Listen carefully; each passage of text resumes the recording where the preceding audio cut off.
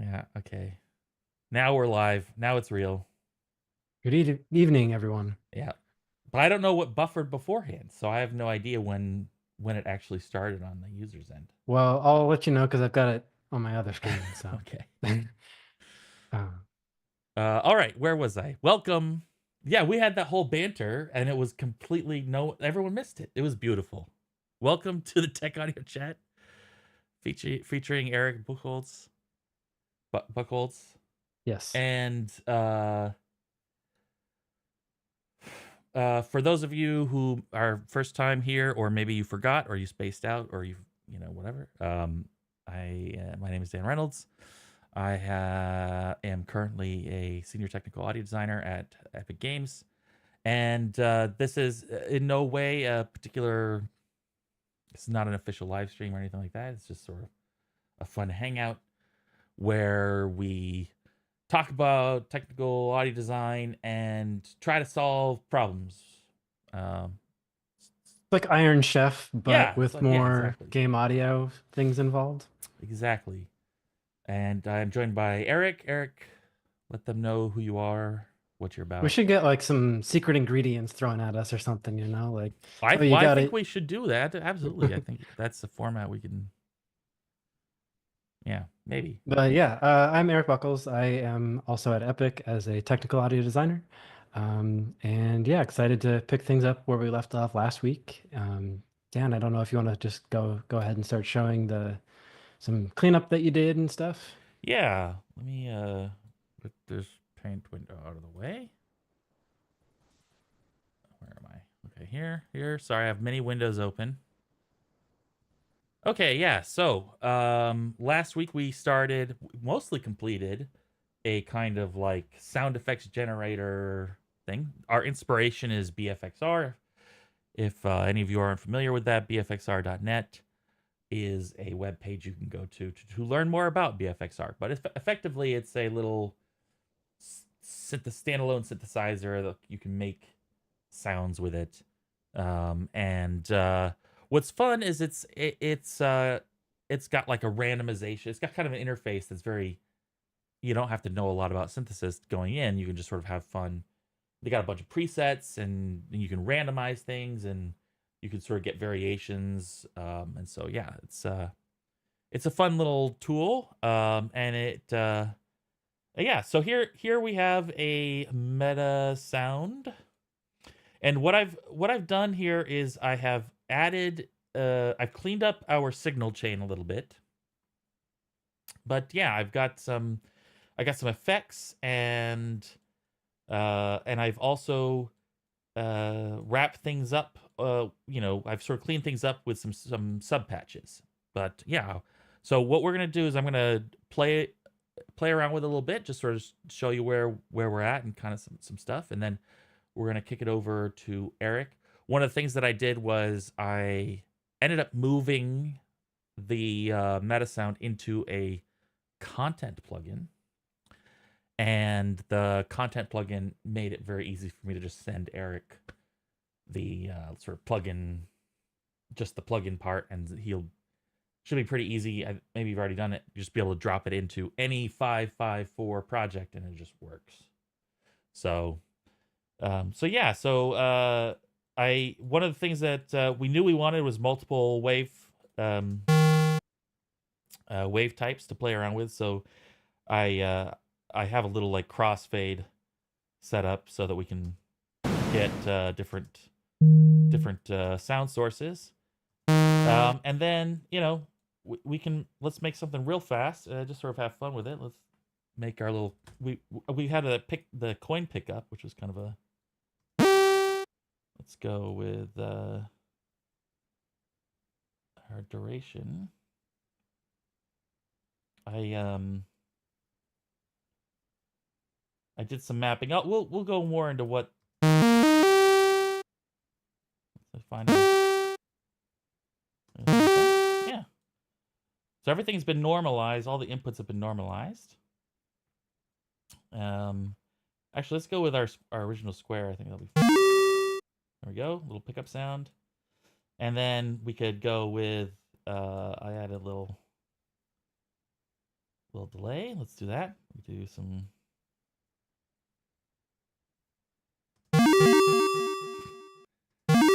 We're already winning.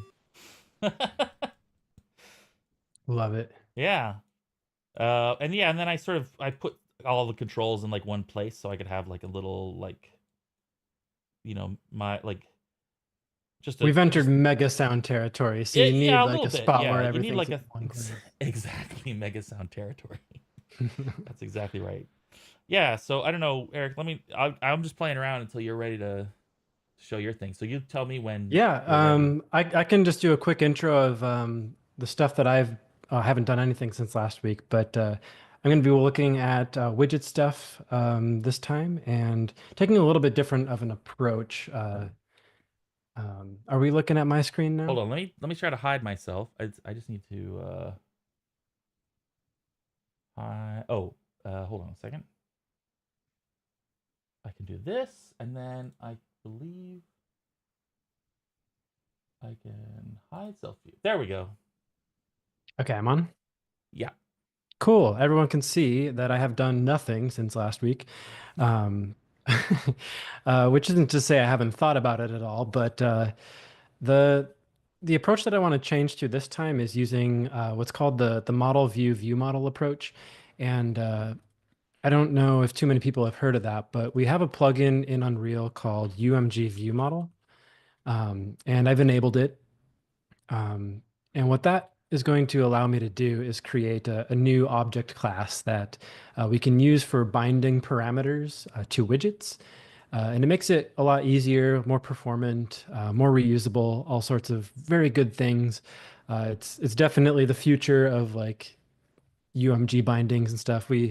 Um, I actually just this week submitted a new plugin to 5.6 called Tech Audio Tools, and it has a set of view models included in that that are specifically for Metasounds, Metasound runtime, Metasound editor, and then sets of view models for inputs and outputs. And so that's going to make it a lot easier in the future for folks to make tools, to make widgets that interface with Metasounds. I don't have them in this project because we're in the past on 5.5. So I'm going to just do some freehand view model creation. And let me show you just what the view model tab looks like here. The first time you enable the plugin, you're not going to see it in your layout. But if you go to Window, View Models here, and I usually dock that just up on the side here. Um, we get a nice list of view models, and there's nothing for us to work with yet. What was the We're going to plugin called again, real quick? Just real quick. UMG View Model. Nice. Yep. Yeah. Yeah, so enable that, and then you can have access to these. There's two windows here. I'm going to also use view bindings. I like to dock it up on the right here. Um, so we'll come back to that stuff once we have a view model. Um, and I'll show you just real quick what that looks like. And then I'll toss it back over to Dan to talk more about metasounds.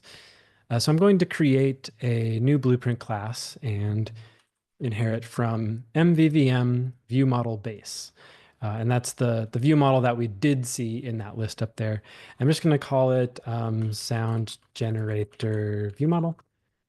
We're actually going to want two of these. I'll make the second one after this, but since this is going to be in a editor utility widget, I need to also make sure that in my graph settings, my class settings, that I uh, enable this bool here, can call initialized without player context. It's very obscure, but we want our widget to call initialized in order to use the view model. And since we're doing an editor widget, we don't need the player context. And so this will initialize our meta sound. Then I'm just going to also check some of these because why not? And we're good. So I guess I should start with a little bit of theory. I don't want to get too deep into it, but like, what is a view model? And it's essentially it's an object class where we can add variables that represent things in our widget. For example, I'll make one called parameter name, and we're going to set it to fname. And you'll see here that we've got a bell icon, and we're going to hit the bell icon, and now we're subscribed. Um, kind of, actually, yeah. Um, what this bell allows you to do is when I add the view model in my widget, let me compile this real quick and flip over to the designer. I'm going to add this to our widget. Now it's listed up here in the top left, and we actually don't want it's not the right widget to be in for that. So I'm going to add it to our list widget, which looks like this one. So I'm going to add it here instead, because this is the widget that has the parameter name that we want to link to that. And over on the View Bindings tab, I'm going to select the widget that I want to bind to the view model. And so I've got my widget parameter name text, and then you in the this left side is the destination for our binding, and I'm going to be setting the text on my text box. And then the source of the text is going to be from my sound generator view model. And so I can bind it to my parameter name. And so now that's linked up. There's still some steps that we have to do to initialize the view model and make sure we're passing all the data to it and stuff. This is just kind of the general gist of the workflow, using view models to bind things in here. I'll come back later once I've done more work as while Dan's doing some demonstrations. But one thing before I hand it over is just for the creation type is pretty important here. And I'm actually going to leave this set to manual, but there's a few other ones in here. I usually only use manual or create instance.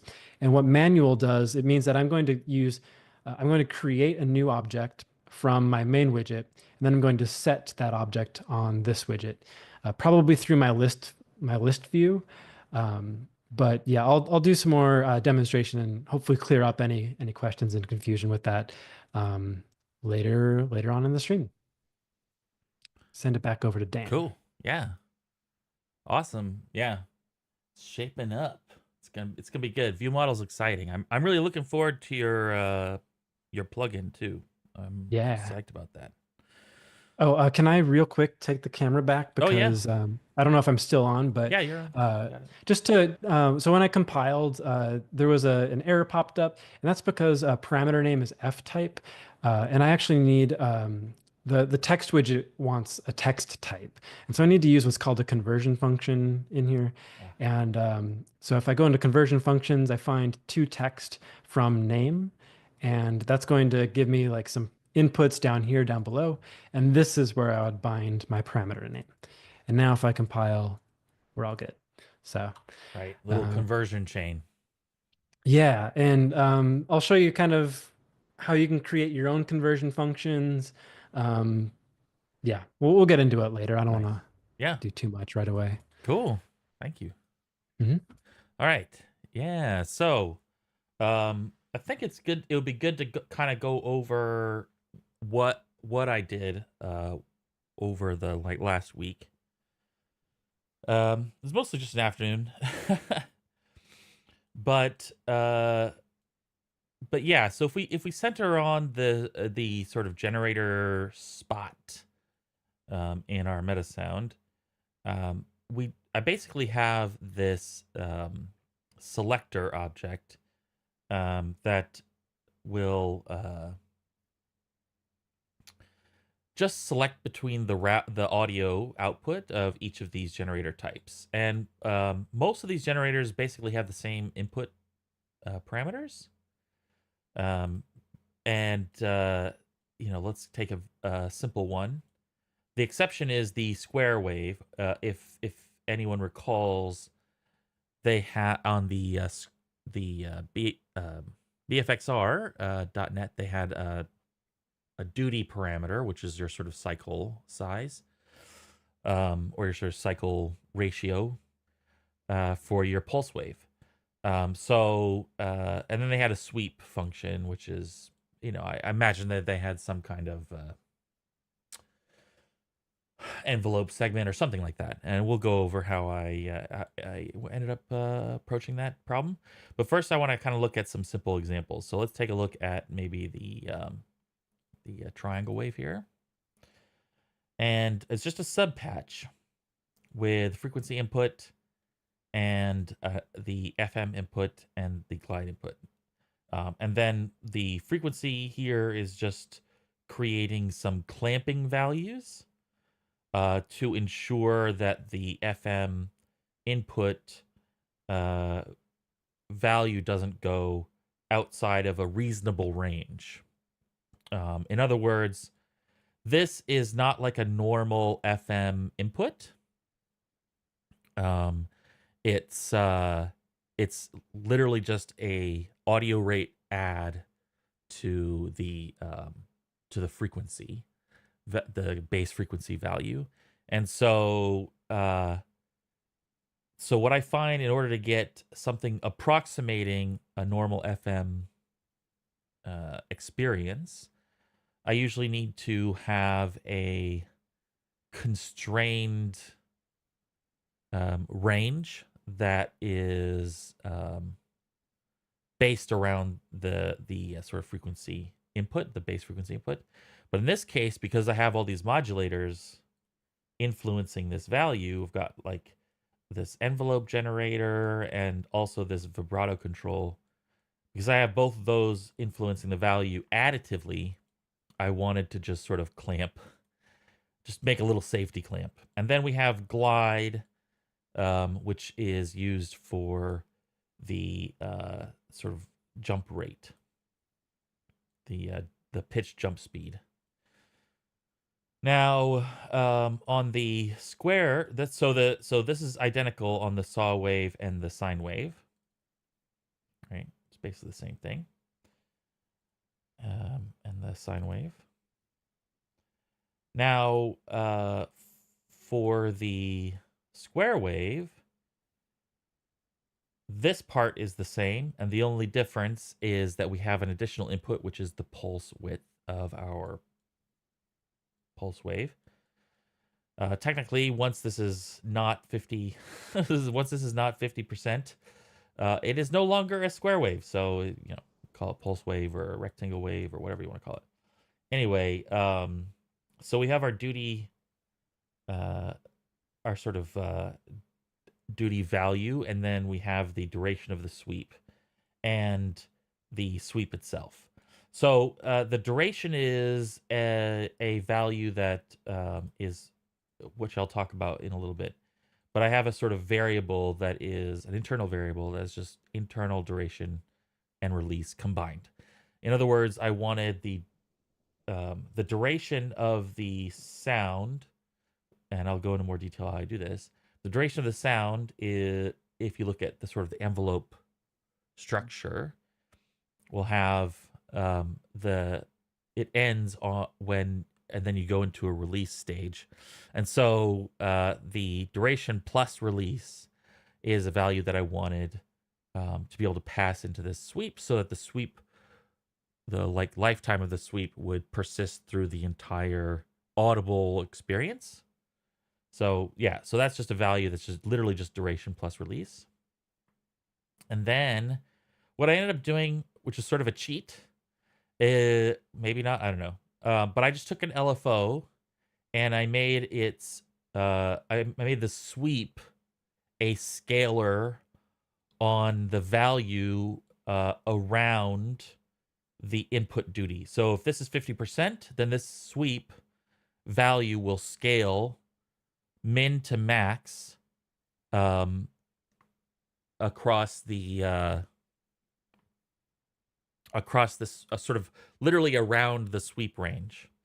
Let me see if I can sort of, maybe I can draw this out. Let's see if my pen works right now.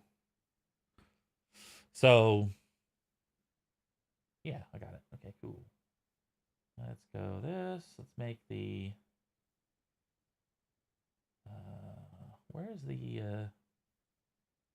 oh, I think it's down here.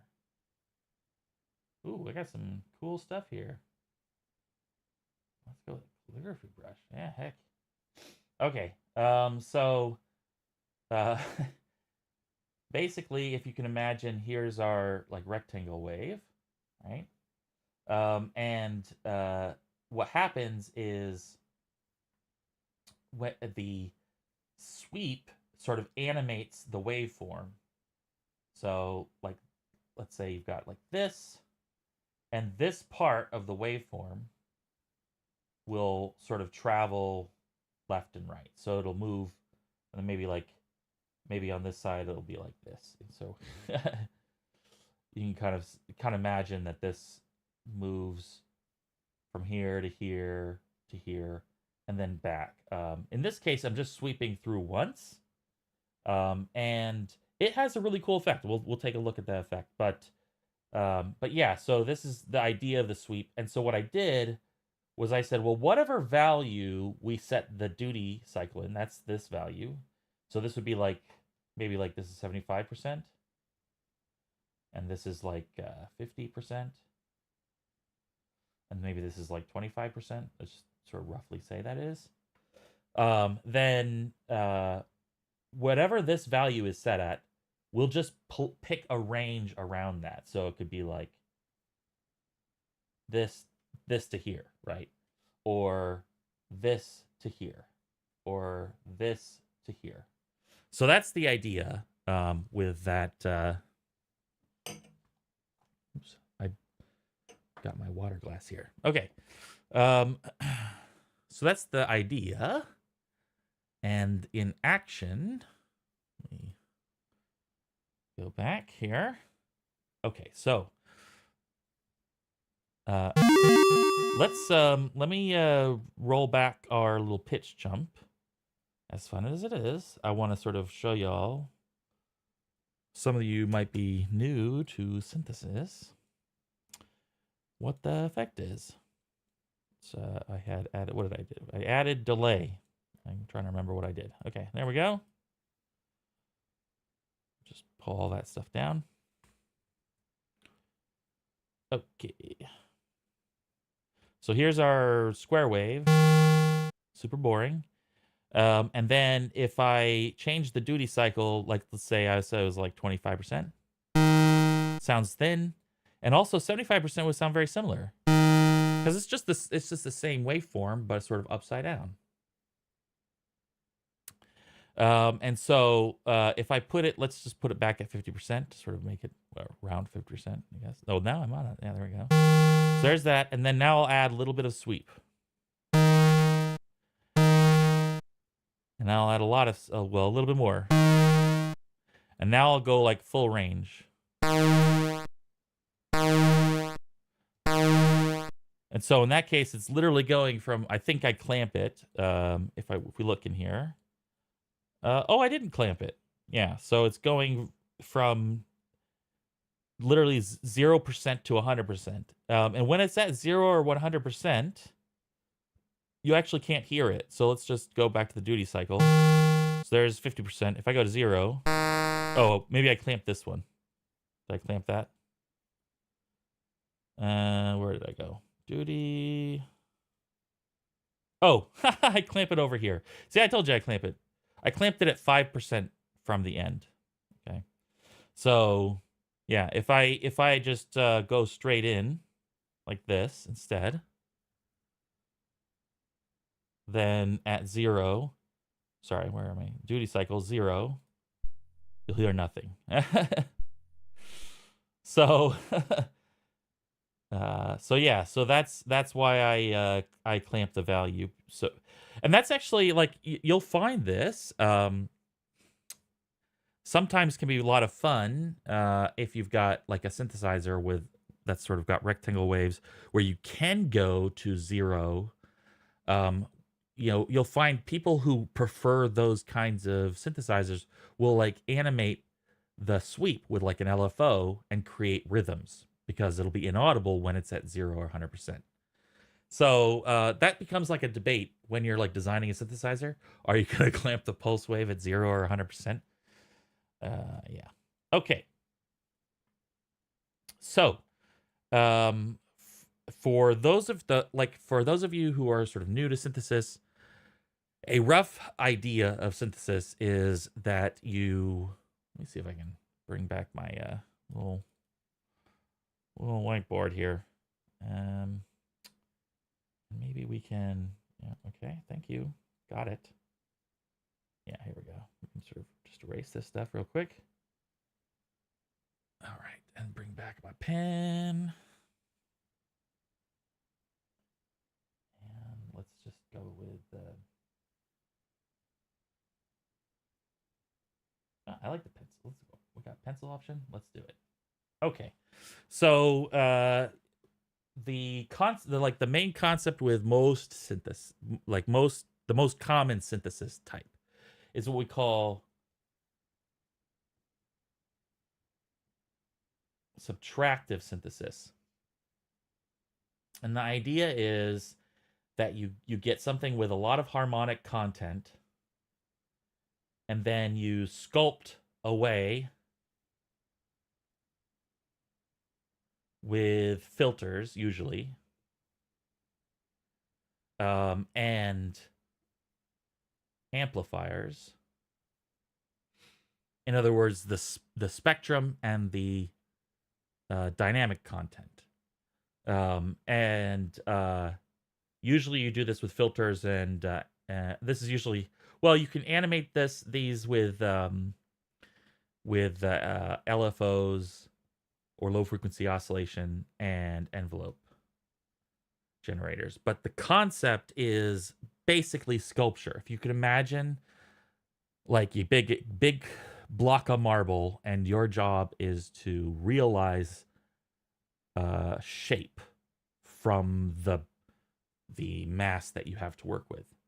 So that's kind of the best way to think about how you approach design in a subtractive synthesis context. That is, you're going to start with something, or conceptually create something that has a lot of harmonic content to work with, and then you sculpt that content away, you shape its spectrum, and then you shape its volume or its gain. So so that's kind of what I had in mind when I sort of revisited the signal chain. Because once we have our generator, I go through some fun effects. And the fun effects are a wave shaper. And a wave shaper basically amplifies the sound, but also clamps the sound with a particular algorithm that makes the sound more like a square wave. So however it started, it squares it out. And what that does is, this is very similar to the kind of effect that you would have in driving maybe like a guitar amp. And what that does is adds odd order harmonics into your content. So it adds to the harmonic content of its input. Then we have a bit crusher, which sort of, in this case, I'm using it as more like a sample rate crusher. So I simulate some like sample rate reduction, and that adds a bunch of like crazy noise. So let's see if we can. Let me go back to our. Actually, let me switch to sine wave. So a sine wave is fun because it's basically actually, no, hold on a second. Let's switch to a saw wave. I'm going to do a saw wave. Sine wave is pure frequency, doesn't have a lot of harmonic content. Let's go to saw wave, which is just a little bit more fun than a square wave, and it's something else. So, and then let me just increase the duration real quick here, so we get a little more substance to work with. So there's our saw wave. A saw wave is basically like a ramp shape. And if we go in here and we look at this, basically what I'm doing here is I'm increasing the amount of the wave shaper input, but I am conversely decreasing the output gain. And this is an attempt to keep the overall amplitude the same while just reshaping the wave. So that's the idea. But here I can add, and you can start to see, if you can see the waveform over here, that it's getting closer and closer to square wave until we're really pushing up against there. So that can add some harmonic content or change the harmonic content in an interesting way, but doesn't take anything away from it. It doesn't remove content. maybe just the balance between odd and even ordered harmonics. And then the bit crusher I actually have set up as a parallel effect here. But if we go full, here's full sample rate, and then maybe like here's half sample rate, and you can kind of start. Now you can see aliasing, and then yeah, we're real low there. So you can have some fun, sort of adding some what would normally be really yucky sounding stuff to the sound. And then, oops, here we go. Then we have ring mod, and ring mod is very interesting because it's kind of like amplitude modulation, except it's usually audio rate and it's bipolar. So, and to put it simply, ring mod is, you could also conceptualize ring mod as just multiplying two audio rate signals together. So here the ring mod is cool because it'll do interesting things to the sort of harmonic, the spectrum, the harmonic content in the signal. So if I go full ring mod, we've got a frequency. We can sort of adjust the frequency, and it's where you get like that like Star Wars radio effect, you know.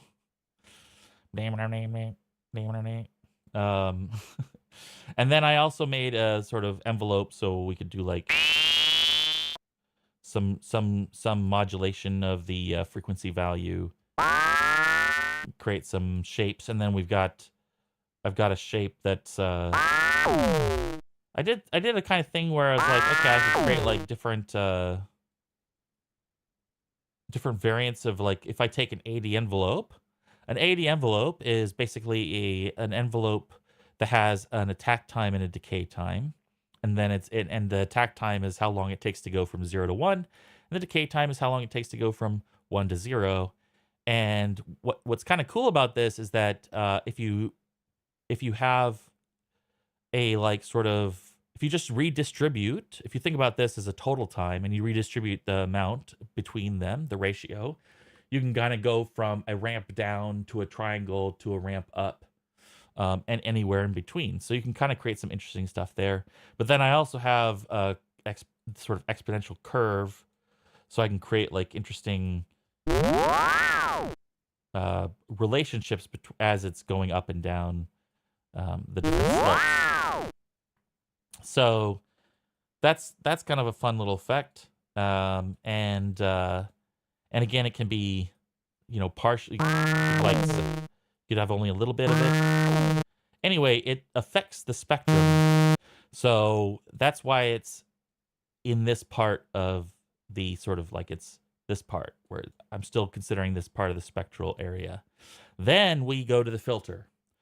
So now we're going to start shaping, like, by removing from that spectrum. And so I did some interesting things here with the filter. I actually implemented a state variable filter. State variable filter is a really popular filter type. You'll see them in, like, your sort of Oberheim, OB8, or OB6, you know, that kind of synthesizer, that sort of class of synthesizer. It's really popular because it's like a circuit that provides you with the low pass and high pass at the same time. So it's really cool that way. So it's sort of like you sort of just basically you're splitting up the spectrum, and then you can do things with the high and low pass to create a band pass or a band reject. And so yeah, so for those of you who are new to synthesis, low pass filter, high pass filter. The low pass filter is your bread and butter. That's the one you use all the time. The high pass filter is sort of secondary, and then the band pass would be tertiary, right? Ternary? Tertiary. Ternary? Tertiary. Ternary? Ternary? Ternary? Ternary. It's ternary, right? Something like that. Someone in the chat, please. Put in the comments. What is 3? Anyway, so I made like a little crossfader for fun, and then yeah, we have an envelope that's sort of exactly the same. It really built the same as the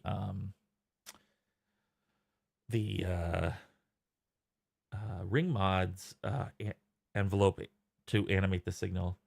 And one of the things that I did here, maybe it's not obvious, but one of the things that I did here, this is like a pattern that I find very useful a lot of times, because I want a non-linear mapping between 0 and something like, so something like an eighth of a signal to 8 times a signal, right? That's sort of what I'm looking for.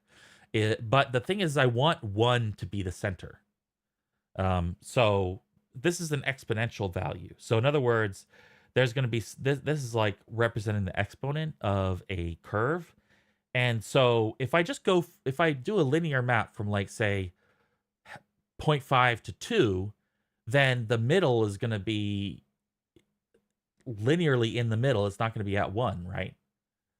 Tertiary. Someone says tertiary. Well, we got it. Well, It was one of the 3 words we said. That's right. That's right. It's just some clever editing, when I do the stream highlights or something like that. It can't be wrong if you just say every word. That's right. So so anyway, here I have an input range that goes from 0 to 1, but then the output goes from half to 1.5, and then I cube it. And so I get this linear output, or this linear sort of output that gets transformed into a non-linear signal that still centers around 1.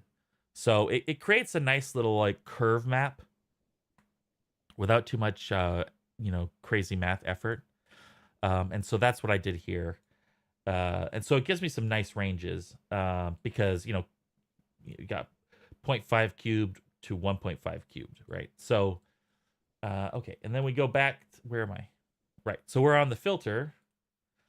Yeah. So if we just have our signal here, and then the filter type selected as a low pass right now, and so the cutoff represents the point at which I no longer want to hear the spectrum. All right. So everything below below the cutoff will pass through. The low frequencies will pass through. And resonance is a feedback signal at the cutoff point. So you can create like an emphasis. And that's where you can get some interesting stuff. Like, for example, let's add some envelope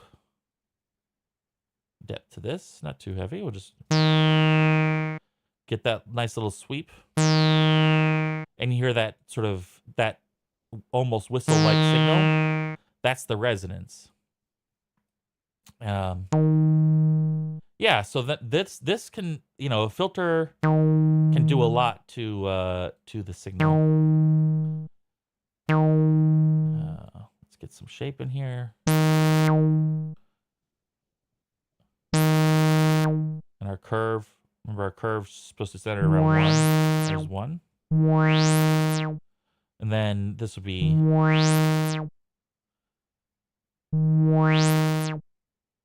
or we could go like this.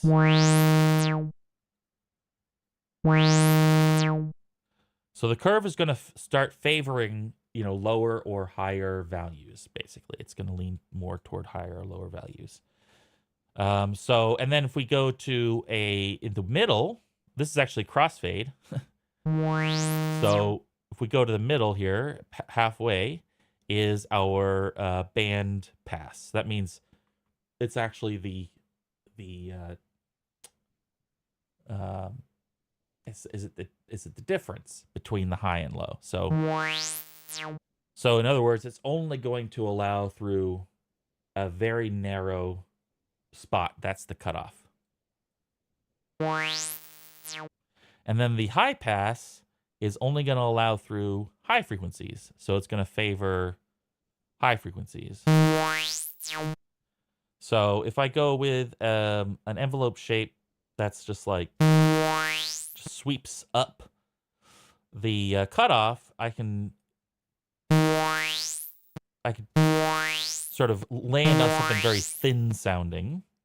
Or if I get rid of the envelope influence at all, and I sort of, chill out the resonance here and bring the cutoff, I could just have it just not have much bass sound to it. Like, it could be very thin and high, right?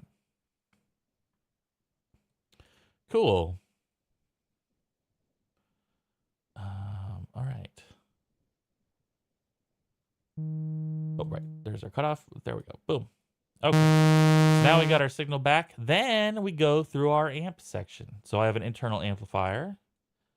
And it's pretty simple. It's basically what we were looking at last time. Here's my ADSR envelope, so the envelope. And then we have an LFO. And the LFO is kind of interesting because I scaled the LFO by the envelope, but also I summed them together. So if we let's just add a little. Oh, we add some frequency. There we go. So there you can we're basically animating the amplitude over time. Now, one of the things we sort of didn't cover was the pitch, the FM. We have multiple influencers, right? So we have the initial bass frequency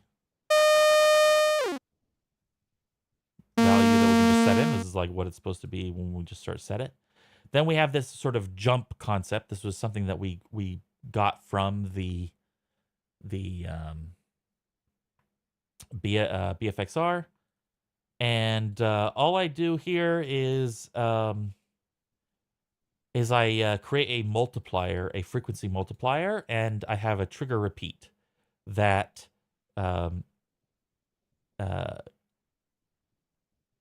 basically increases the multiple value with a counter.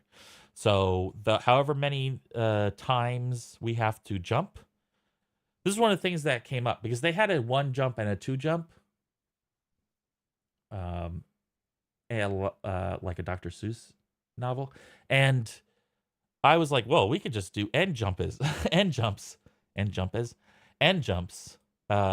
so we could have number however many jumps we want. So if we wanted like 100 jumps, we could do 100 jumps. So I just thought that was more fun to have like unlimited jumps.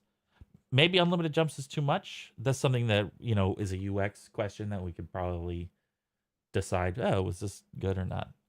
And so if I add some jumps, let's say there's 4, then I have the interval, which the jump will each one will increase. I think it's too many jumps. That's too many? 4 is too many? It's too many for me. Are you a 2 jump person? I can do 3, but once you're past the triple jump, then it's quadruple jump. Yeah. How about tertiary jumps? Is where that's where I draw the line. Because I don't know what the 4th word is. What comes after tertiary? Well, that'd be ternary, right? Well, I think it would start with a Q, wouldn't it? Like no, not necessarily. Okay, chat. Does the 4th start with a Q or a T? This is the important questions we ask. These are the yeah. This is what we talk about all the time. So and then the other thing that I did was, or did I do this? Let me see if I did this. Oh yes. So I made the hold on a second. Where is it? Where's the pitch interval mapping? Oh yeah, sorry. Let me go back. So the output, blah blah blah blah blah, it becomes a scalar against the bass frequency. So what's cool about that is that if we have a like a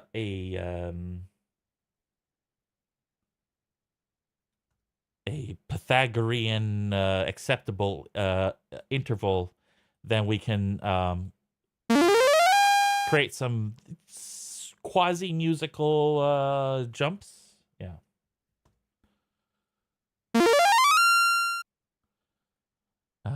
And if it's full, then it's literally just going up. It's just doubling it, right? It's just an octave. So yeah, so that's the idea behind the jumps. And it's fun to play around with. It's a little dramatic. Okay, and then the other thing that I did is I normalized all of the duration values. So the sort of duration becomes a mapping between what I felt was like an appropriate maximum duration. Same with release and attack time and decay time. And then the only other thing that I did was I have an internal duration value that sort of gets that picks between which is longer, the attack and decay times added together, or the duration value, because the duration represents our sort of note, quote unquote, note on. Quaternary. That's Aha. That's the best of both worlds. We both won that one somehow. I don't know, Dan. I think you're trying to sneak a little bit of the victory that I achieved. It's your victory. I knew it's something with a Q. I like that. That's great. Words that relate to fours, like quad or like quadrillion, quadrupedal. It's not always the case, but sometimes. Quaternions. Yeah, I hear what you're saying. Where am I? Okay, yeah. So, sorry, I took a little side trip there. Then we have some send effects. And this is also a very common studio processing pattern, where you will have spectral effects like EQ and filters, as well as dynamics effects, including your sort of fader and or compressor. And those will be usually in line with your signal, with some exceptions, obviously. You can do whatever you want.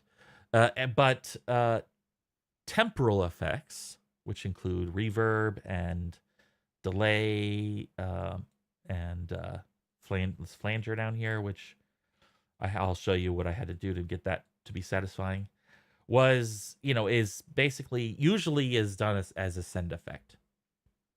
Usually done as a send effect because they're expensive, and but also usually you want them as parallel signals.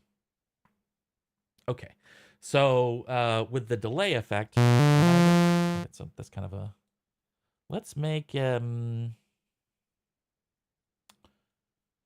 add a little bit, let's make this a little bit more interesting. We've got some vibrato, let's add some vibrato. There we go. And then we can have some this pitch slide, which is very similar to that sort of mapped LFO trick I showed you before. Oh, sorry, no, this is the this is the AD envelope, but it's basically this is very similar. Okay, and then this one allows you to have a curve and a target. So the target, if we want to go up like that, and then we could adjust the curve. Again, that's shaping how long we spend. Or we could go down.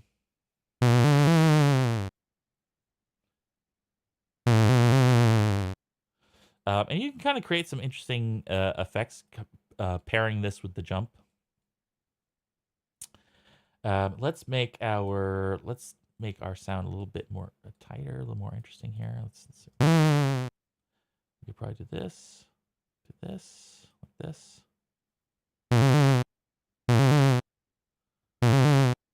Okay, and then let's. Oh yeah, and then this we talked about this at the beginning, but this is we jump speed, if we add this, if we bring this up, this will smooth out, this will interpolate the jumps, so it'll be more like a slide. And so you have the slides working against you. We got one slide going down, one slide going up. That's pretty interesting. And then we could add some of our little flutter. And then let's go down to our delay effect, and we've got a time value. If we actually, let's go look at this real quick. The time value. I am cubing the input and then mapping it, so I get a sort of non-linear input. I get to spend more time at lower values because of this sort of exponential curve, and then yeah, everything else is just sort of clamped. Like the feedback, I said, okay, we're going to stop at 80% because if we go to 100%, then that's going to be sad times for someone. So, especially if we want to do the other thing. So here's the other thing. When I'm talking about mapping values, one of the things, because you were like, okay, well, I just decide to spend more time on one side of the knob or the other. But one of the things that I've been trying to think about, and this is something that we could tune if we want to, but is this idea of like randomly selecting values, which is, I think, is really cool. And so if we have random selection of values, of input values, then with the mapping, we can determine, we can favor areas of the range.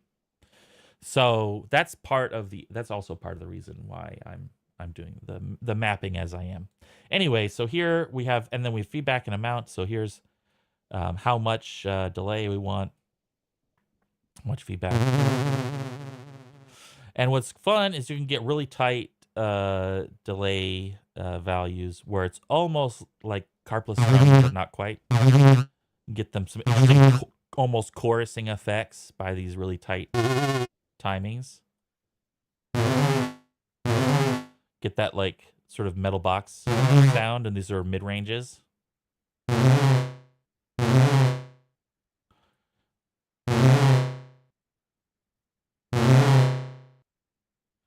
And then we could also add some reverb. And now reverb, this, I do not recommend doing this all the time. This is just for fun here. This one is an expensive one. So this will be an expensive node to add to your project. Reverb is always expensive. Reverb is like one of the more expensive effects you can have. But we can add it, and I just kept it simple. All I did was I made it a pure send effect by reducing the dry to 0. And then I left pretty much everything else the same. And then all I did was I copied the input to both the left and right because it's stereo effect. And then I take both, and then I sum both the left and right out.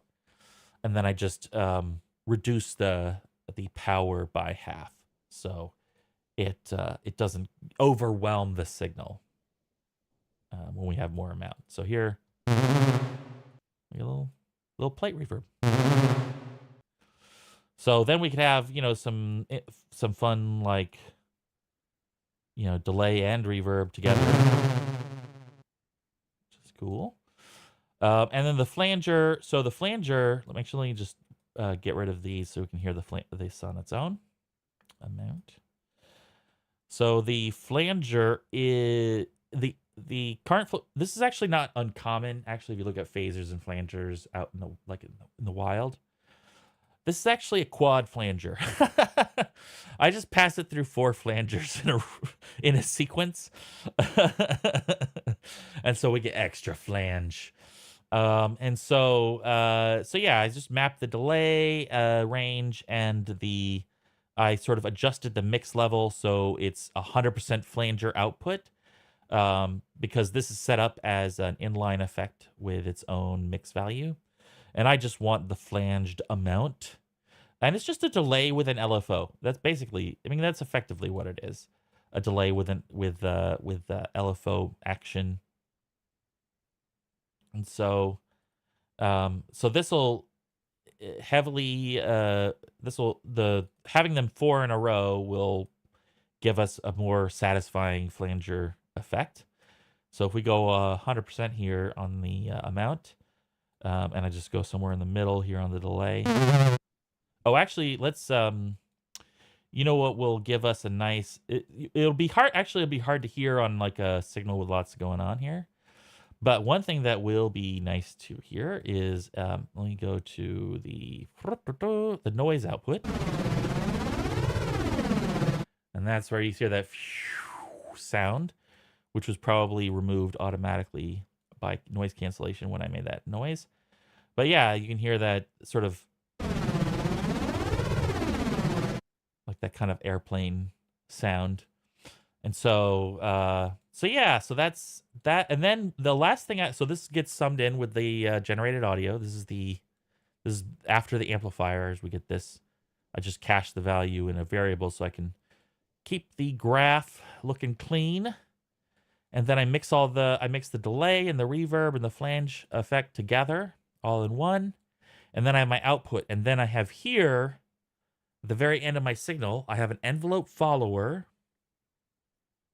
with a trigger on threshold. And what it's looking for is when the envelope follower falls almost to 0, it will trigger the on finished. And this way, I can have tails from my delay and reverb ring out without having to worry about cutting them off. So yeah, that's the whole enchilada. Where are we on time? Hey, we're doing good. How are you, Eric? How are you doing? We're cooking. It's coming along. You want to check in quick? Yeah, See kind of let's what's going on here? yeah, and that'll give me a chance to refill from my water carafe. Where am I here? Widescreen. There we go. Okay, let me know when I'm Yeah, on. you're on. Yep. Okay, so while y'all were doing that, I've set up a couple of view models, one for the parameter, and that's for each of these sliders and things there. And then the other one is for like the main widget, which we have everything. Um, and so if I'm just going to start with the parameter one. I have a function here, randomize parameter value. So if it's not locked, we're going to go ahead and re-roll our parameter. And I am calling that when I push the button. And let's see, let's just run it. So here, actually, I'm populating the list here from the meta sound. Let me go and show you what I'm doing there. So I have a function here called get meta sound. I'll just close it for now. Get meta sound inputs. And I'm doing a little bit of trickery here that I recall having to do back in the 5.5 days, where I'm creating a source builder and I'm putting the meta sound as a node on this empty graph. If you can visualize the builder as like an empty meta sound, I'm feeding it a meta sound that is selected from here. Like I haven't added UI for it, but imagine being able to pick a different asset and get all the different inputs that will get fed into here. And then I'm going to find all of the node inputs for that. And for each one of them, I'm going to get the name of the input and just add it to an array. And so all I'm doing is getting the names of the parameters. I'm not taking the values. I don't even know if I can on 5.5, like get, actually need it from the builder, get input default. So I might be able to here and get, yeah, here's where we can't actually do anything. Coming in 5.6 is being able to crack open those literals and get those defaults. But for now, we don't really need it. Just going to flip back over here. So once we have all the inputs, I'm going to create view models for each parameter. And I kind of have it set up, not final yet, but here I'm just constructing an object with the parameter view model and outputting that. And yeah, then in the bindings for the main widget, I have my view model that I created for representing this whole thing, which has my two functions that I just showed and the meta sound that it's based on.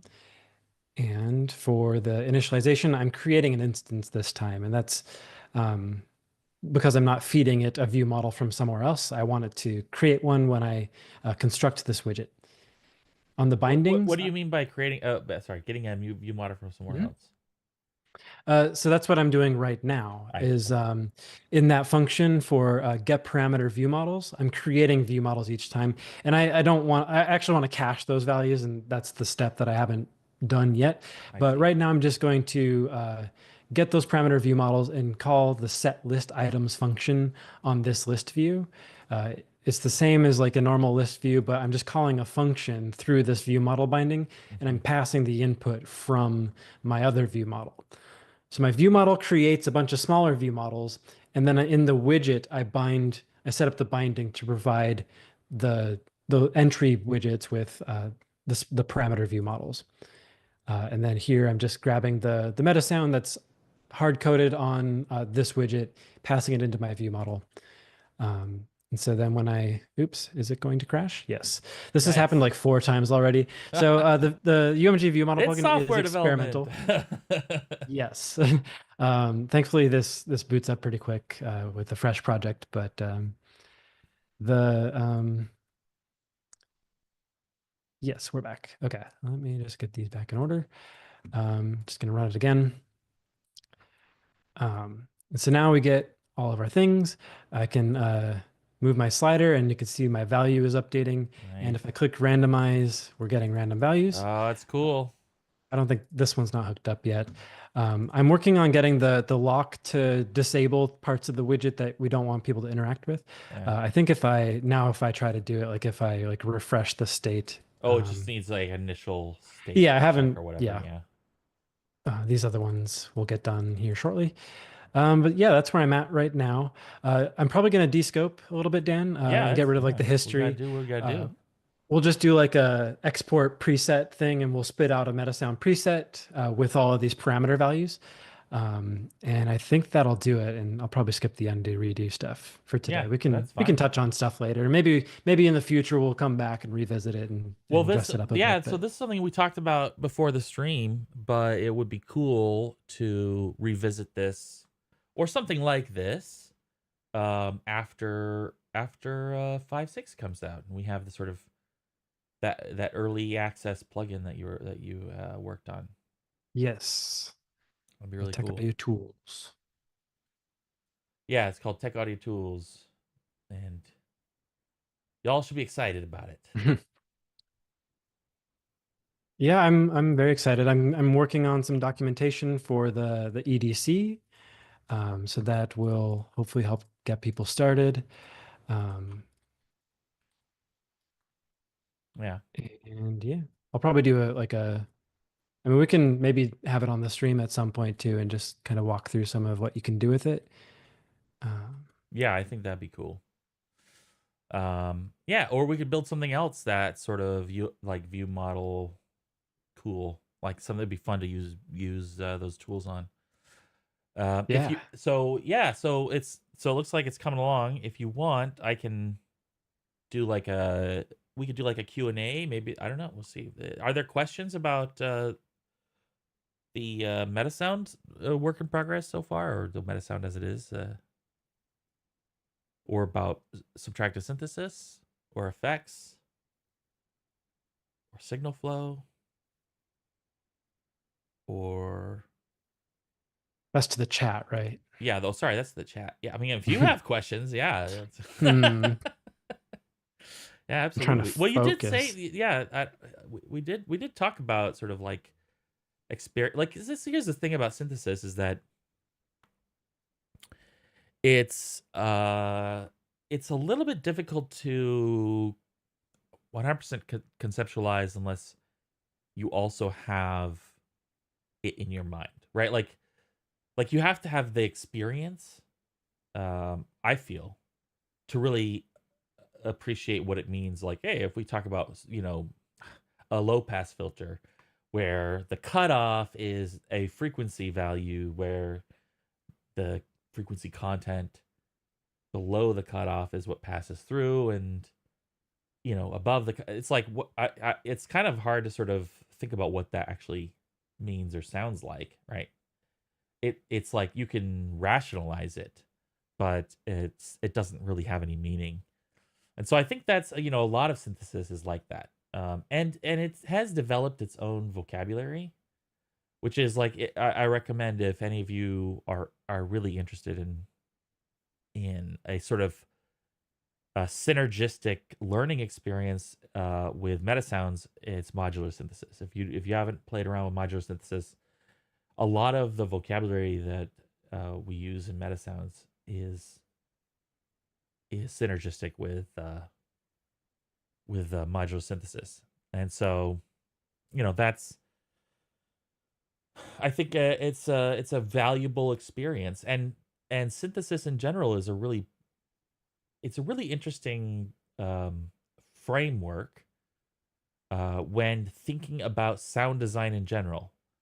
Um, the idea there's multiple types of synthesis, but subtractive being one of the most common is actually like a really great model for a like core sound design process. In other words, a lot of times in sound design, you are uh, grabbing material. It could be recorded material, it could be synthesized material, and then you are shaping it in both its frequency content and its dynamic content. And you are, shaping it over time and overall, like that's sort of like basic subtractive synthesis concept of like a harmonically rich source going through some kind of spectral shaping and then through some sort of amplification shaping, really stands as as a core model for sound design, any sound design. And then you're just sort of repeating the process or modifying the process by interjecting either additional material or um, by sequencing it or by adding it together, um, or just going back and forth between the process of like shaping it and then affecting it with that with distortion, things that like some of the stuff we looked at, bit crusher, ring mod, those kinds of things are like sort of canonical approaches um, to building back that frequency content. So let's see. Um, oh yeah, I have my little controller here. So we could just one of the things that is actually a really important part of like learning synthesis, in my opinion, is just exploring. You want like sort of an experience where you can play around a little bit. Oh yeah, one of the things that actually I didn't end up talking about this. So there was something else. One of the things that I did, because now we're on the noise. Let me get rid of the flanger. Get rid of the flanger. Just get rid of that. And then let's get rid of this LFO. And yeah, so one of the things that I did was I was like, hey, I want a noise source. But I had all of my other generators had some sort of frequency input. And so I thought it would be fun to do frequency input. So I actually ended up putting like a pretty chill band pass filter on my noise source. So I have white noise. And then I modulate the cutoff with the frequency input. And so the sort of result, and then I make back the gain. I sort of like earballed it I was like, hey, I need to make back this sort of loss of content. And so the result is, let me get rid of the steps here. And the result is we can get sort of like interesting little sweeps. But they're like gentle. They're gentle sweeps. And we could start low and go high maybe.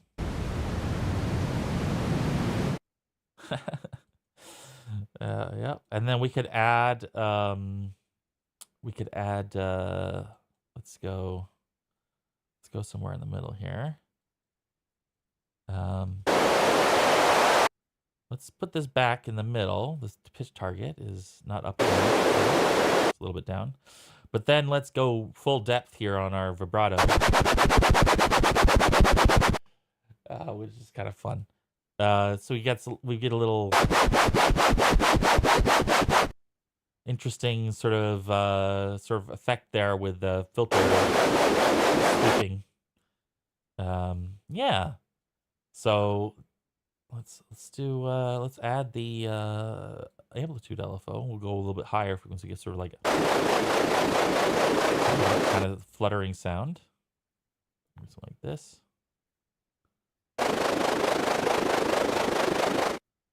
Cool. And then let's get the wave shaper in. Just push it a little bit. Just get some extra crackles out of there, and then we'll bit crush it. We'll sample rate crush it really.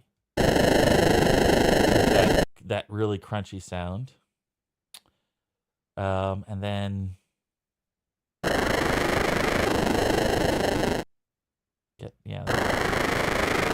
make it really ugly. And then let's see. What do we want to do here? I guess we could do like a let's see what this. I think this want to go this like that. I'm trying to remember which direction this goes in. Oh, the depth has to be right, so we got to start. So that opens, and then this will be close. There we go.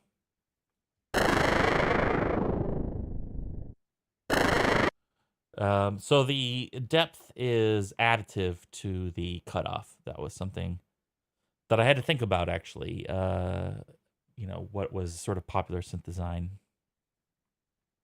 And so let's adjust our duration. Oops, like that.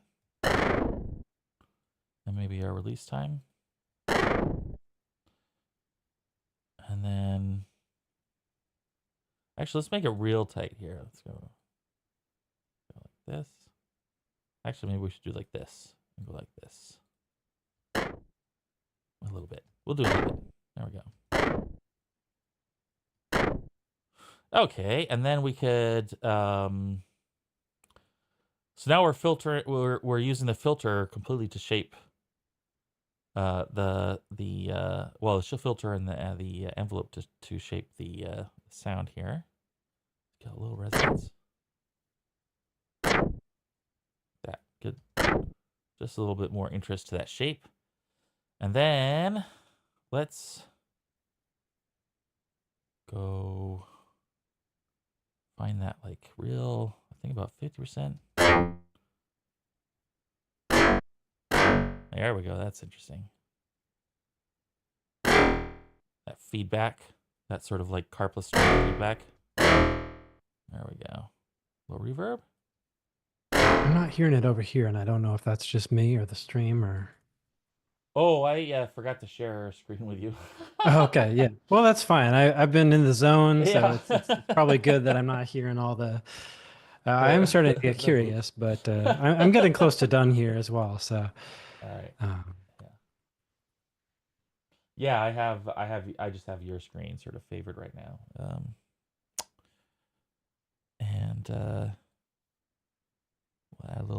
We'll see what the flange does. It's probably gonna be it's probably too fast to really get much out of it. Yeah. Oh yeah, something else that we talked about, but we didn't really explore, is the wave writer. So this is actually let's go like this and call this my cool sound. And now when I play, it will not only play out here, but it'll record to a wave file that gets stopped, automatically stops when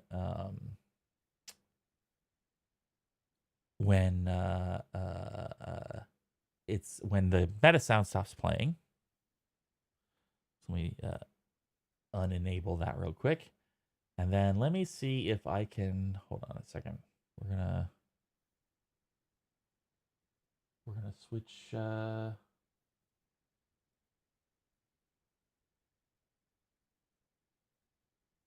gonna switch views here. So I can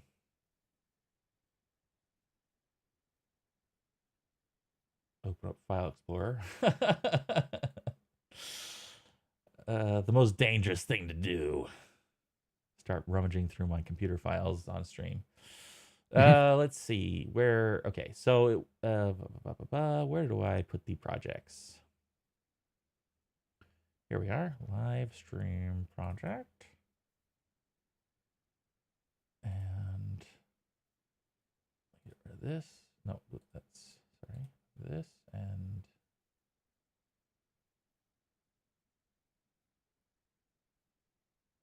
this.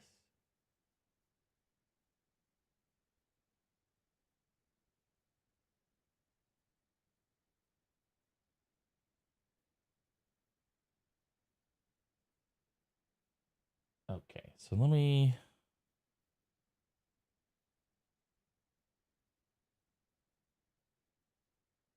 see if I can find the spot here.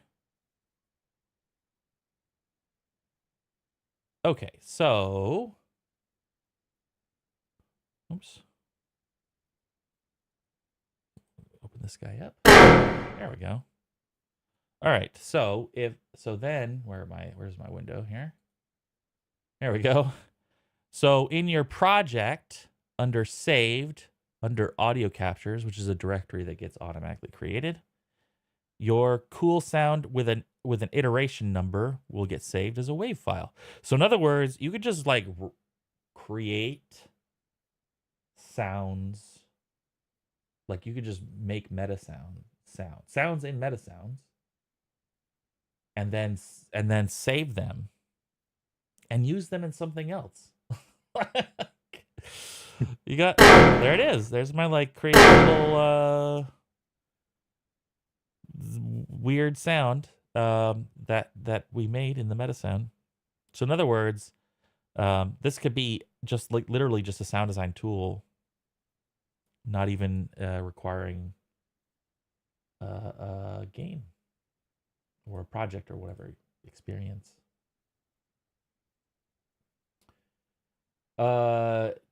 Charles, do you mean so Charles asks, could we get that as an asset later? Well, it's a WAV file, so I could just bring it into my project and it's a sound wave, right? Is that what you're asking? The answer is yes, I think. I'll get myself some more water here.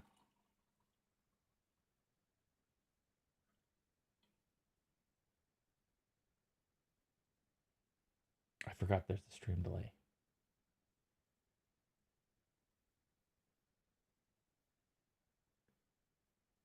Is that what you mean, Charles? Sorry, maybe I should just type it out.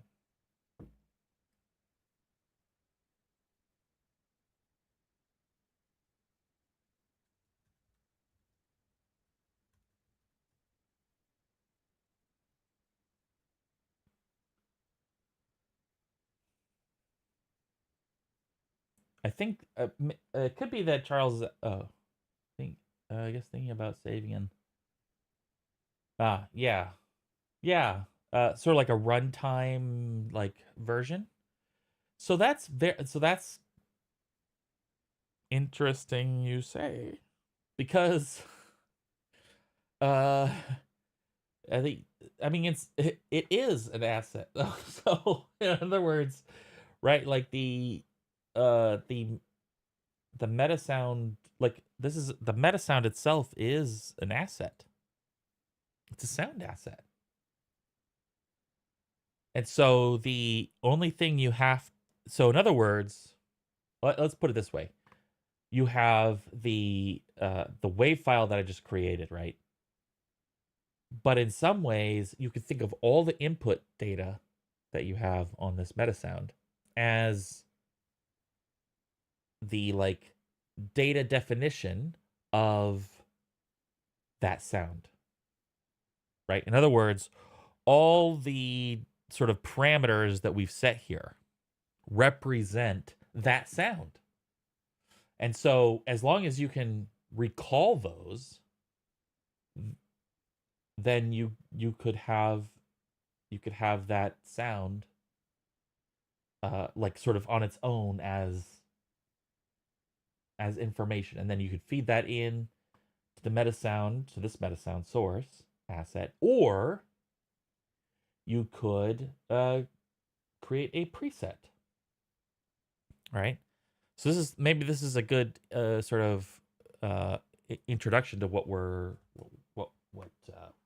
Eric is working on. Actually, is kind of a fun way to create a preset. And so if you just right click on the meta sound source, it creates a preset. And so we could do let's my cool preset. Yeah. And it's literally just the data, right? It's exactly what I described. It's just the data feeding into the meta sound. Boop, boop, boop, boop. So in other words, I could just sit here and set parameters, but it's not like a fun it's not a fun authoring experience, right? Like I could go, okay, well let's find my generator type, right? And I know, oops, put that back to a square wave, and um, I could go to, this is it's fine, but what Eric's working on is like a fun way to modify these values. Let me see. Charles asks, yeah, that makes sense. I'm picturing a situation where they can tweak some live parameters and listen back to a recording in game. Yeah, so there are some we'll call them pathways for recording a sound and then like in runtime and recalling it in runtime. A sound wave, a transient sound wave is what it's called. With the submix record feature. But I could imagine it could be interesting to have that also as like a source recording feature or something like that. Possibly. Yeah, I think that could be. I don't know. I mean, it gets a little finicky because um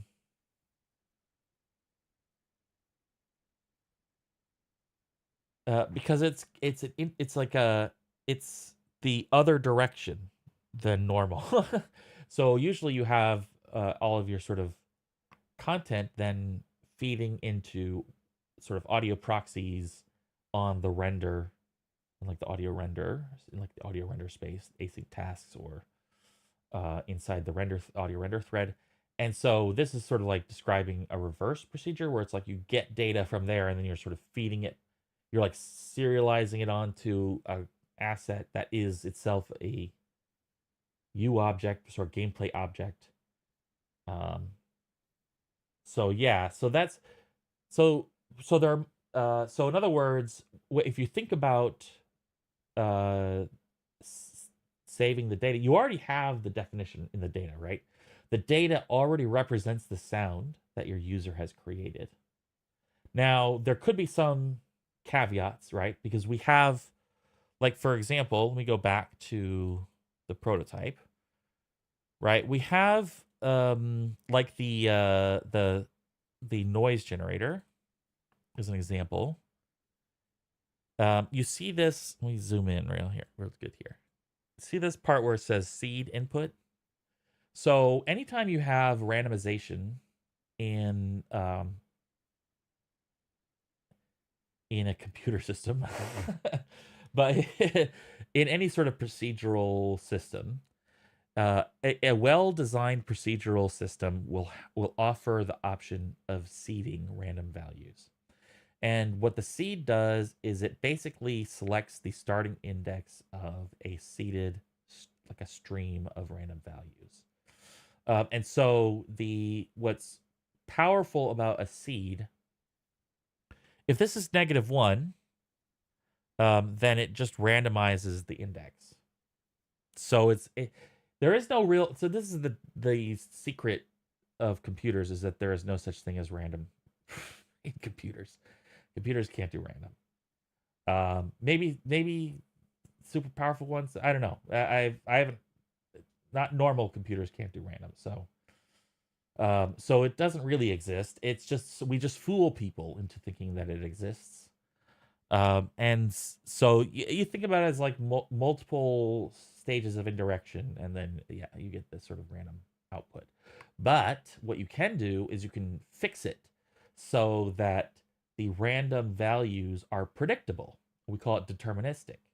And so that's what the seed does. The seeded approach to randomization creates a predictable random stream.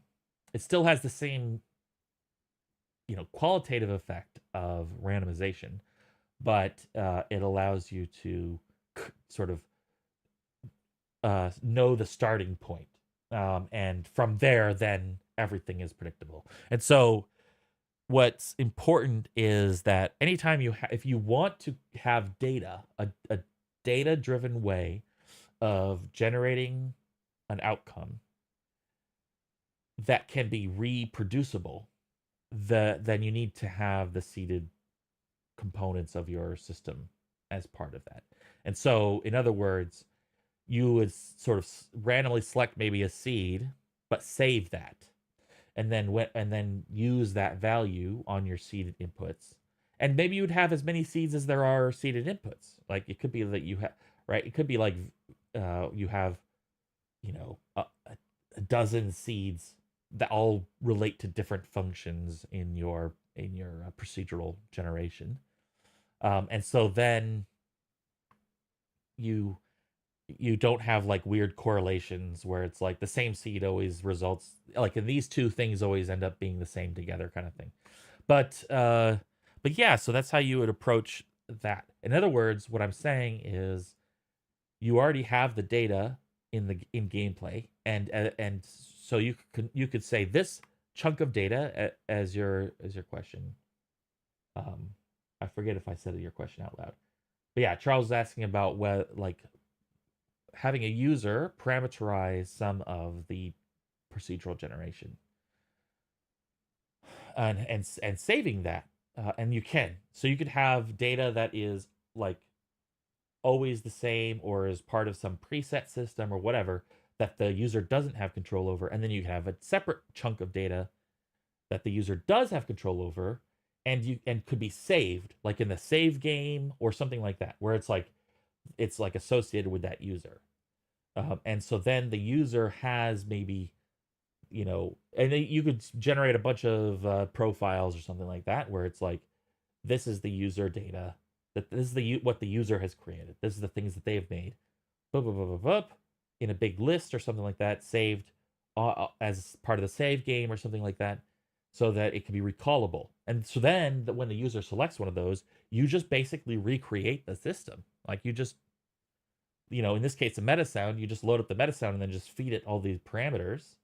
And then the meta sound makes the sound that the user is expecting, right? And this is how like just PCG in general works. Like if any of you played around with the PCG actor, right? One of the things that it has is a seed input, right? And so the reason it has a seed input is, and it's by default has a value, a seed value that's set. So it doesn't have like a non-seeded value. And that's because every time you load up that level, you want that whatever procedural forest or whatever it is to be the same, right?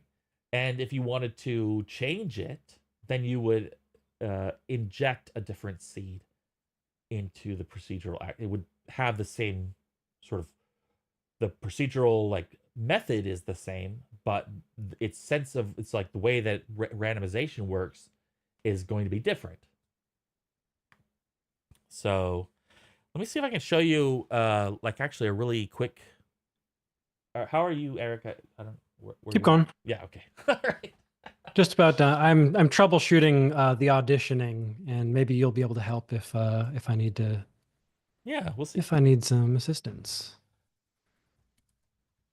So we'll make like a simple melody. Okay. And here's what we'll do. Let me get rid of this. And then we will we'll just make a sine wave. And we will give ourselves a 80 envelope to manage the sine wave. And the envelope is a 0 to 1 value, and the sine wave is a -1 to 1 value. And so when I multiply the 0 to 1 value against this, it's just going to scale it. So at when this envelope is at its 100%, it's going to be 1. So the sine wave is full. And when it's at 0, it's 0. And so, when you multiply anything by 0, it's 0.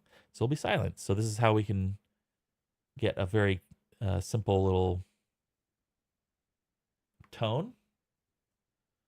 And it's defaulting at 440, which is A in some places, and in some living rooms, it is not A. So there we go. Very simple. Okay, so, and then we can just sort of, actually, let me bring back the one-shot interface. Boop, boop, boop, boop. And actually, no, wait, hold on. I'll keep it there for now. But yeah, I guess we'll do this, and then there we go. It's nice. Okay, now I'm going to disconnect it. So instead of triggering it right away, what I'm going to do is I'm going to get a trigger counter. And then I'm going to trigger this envelope on the trigger counter. And we'll also do a trigger repeat.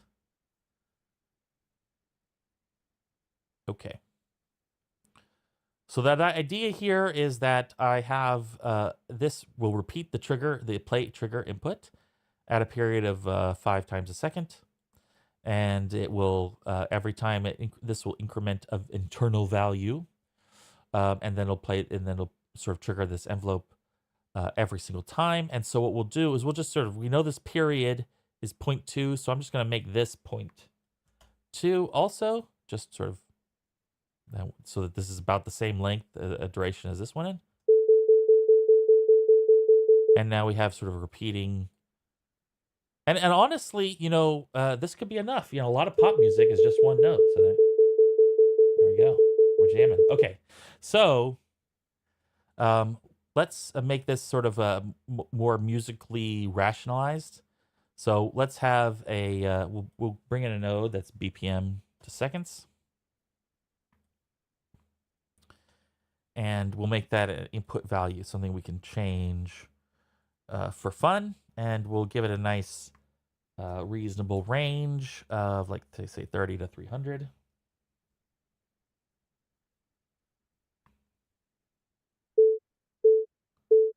So now we got quarter notes, or a a 4 divisions of a whole note multiplied by 1, which is 1/4 of a whole note.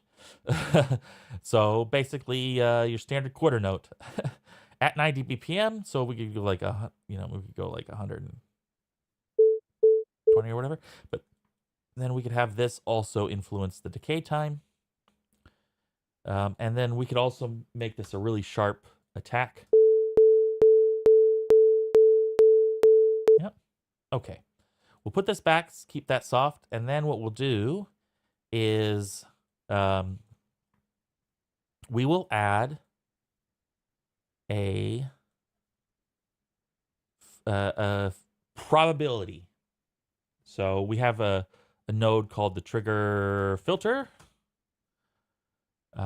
which it basically is a coin flip, you could say, and you can see there's our friend, the seed, right? The seed value.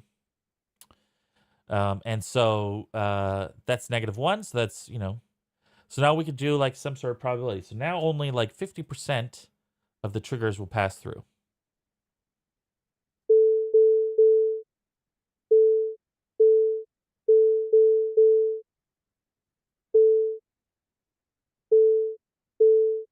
But it's random, right?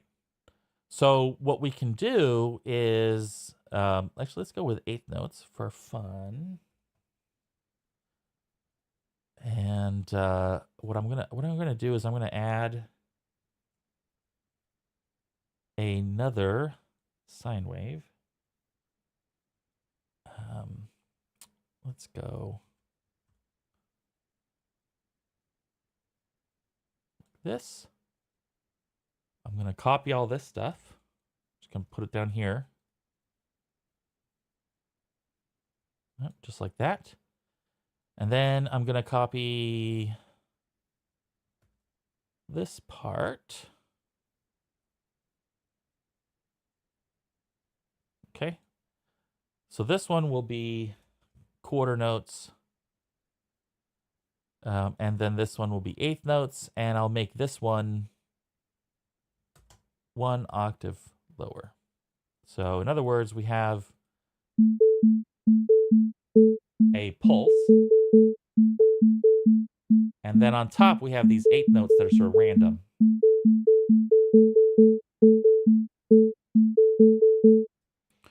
And that's jazz. Okay, so now what we want to do is we want to impose a random seed value.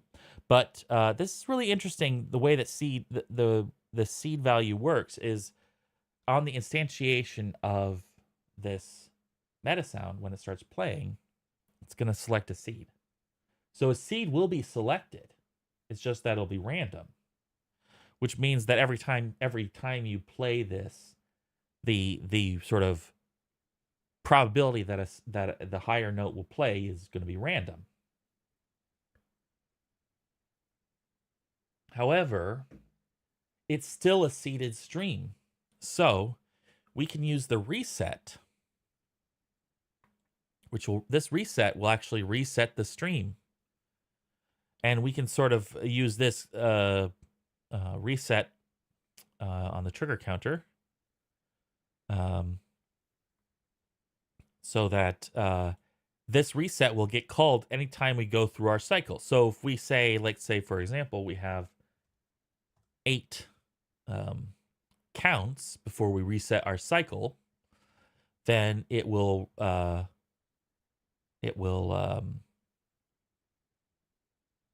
that every time it gets to 8, it'll reset to 0 instead, and it'll call this trigger, and this trigger will reset the random stream. Now there's a caveat that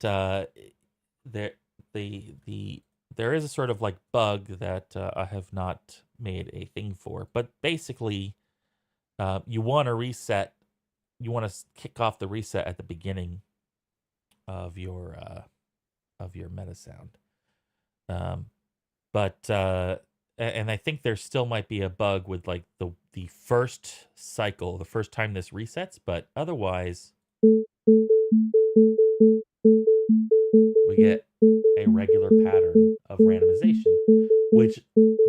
interpret in our brains as rhythm. So, so that's really cool. However, what we can do is we can control this rhythm. So in other words, this could be an input value. So now we've got the seeded value. Now I can just add a non-negative value. Let's say like 5,000. It doesn't matter. It's just any integer value, and it's just going to represent some index on the random stream.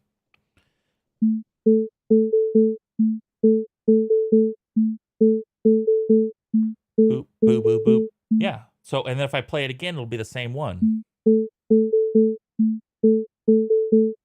Doot, doot, doot, doot. So in other words, our rhythm is now this value. You could sort of represent our procedural rhythm with this value.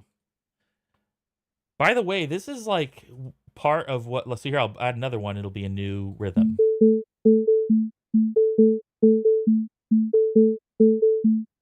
And if I play it again, same one.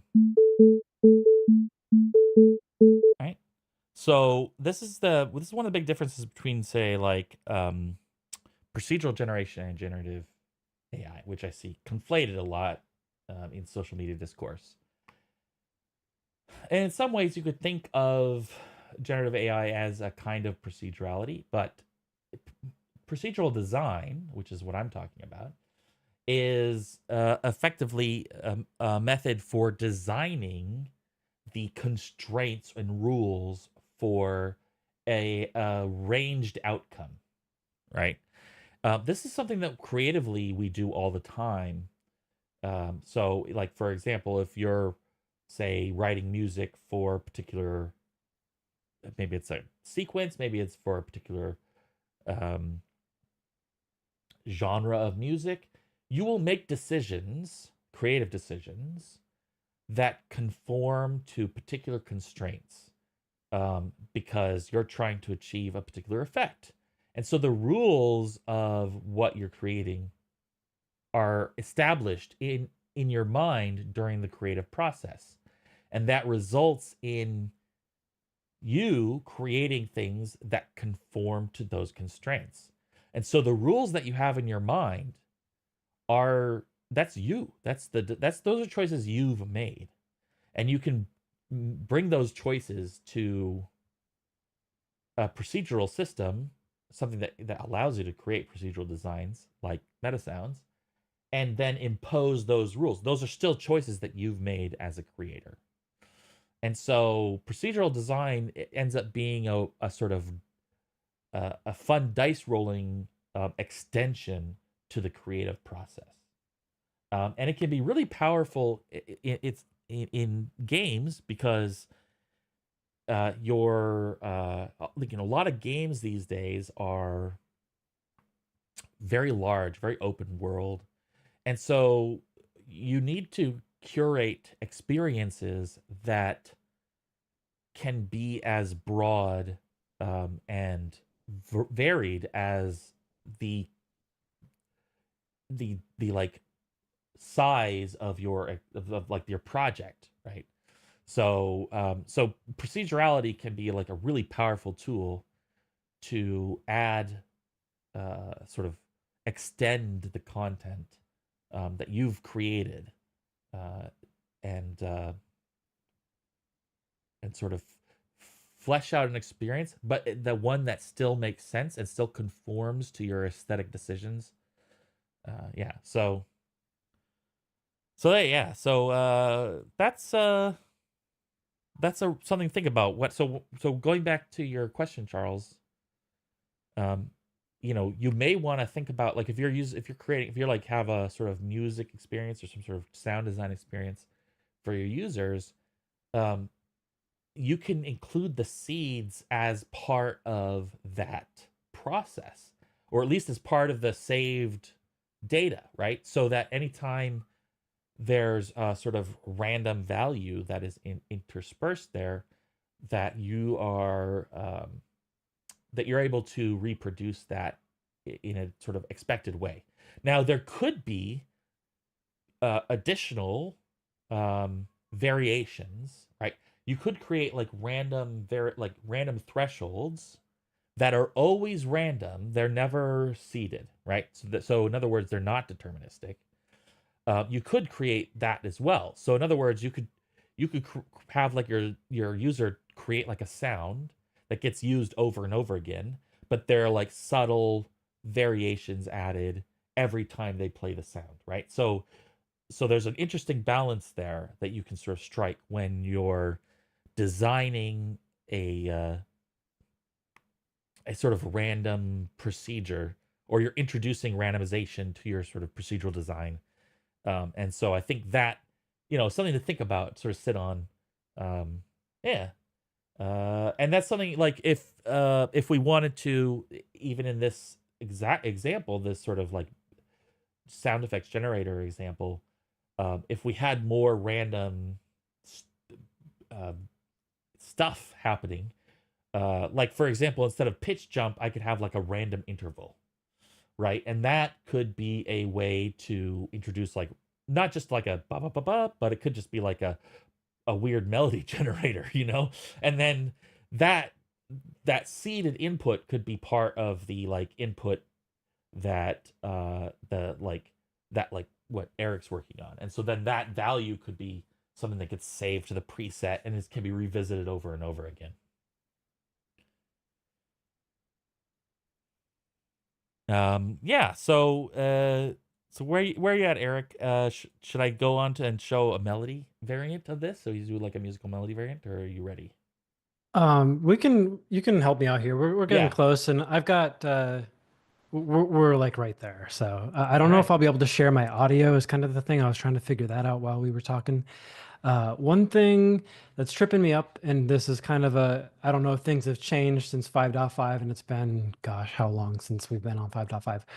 Um, A long time. the builder has gone through some changes, and right now I'm mainly trying to figure out. Okay, so I've got our preset builder with parameters. Hmm. So I'm taking the meta sound, Can you zoom in a creating little a bit, just extra, because a little bit yeah, more. yeah. Yeah, that's better. So taking the meta sound Hmm. and creating a preset builder, Okay. and getting our view models and grabbing the parameter value and the parameter name, Right. setting those graph input defaults, and outputting my source builder. Uh, in export preset, I've got this up and running. So I'm building out to asset. This is working. I can spit out presets and it has all of our random sounds. It's pretty cool. Nice. What's tripping me up is on Audition, because let me just get rid of this. So we've got the Audition function from the preset, Yeah. the source builder, uh, and it wants an audio component. Yeah. I'm in Yeah. a widget, and so I Yeah. can't construct one You can add one.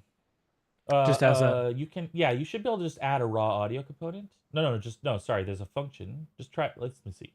Maybe it's not available. Do an. Yeah. Let me see. That's a good question here. uh, So we could. Let me think about this. So do a. Hold on a second. You should be able to. Hold on. Okay. Let I me load swear up I've a. done this. I've I done have this done like this a dozen before too. times. Yeah, I've done this before too. Let me load up a just a raw like a raw utility widget. Ba, ba, ba. That's fine. Okay, let me just look at this graph here.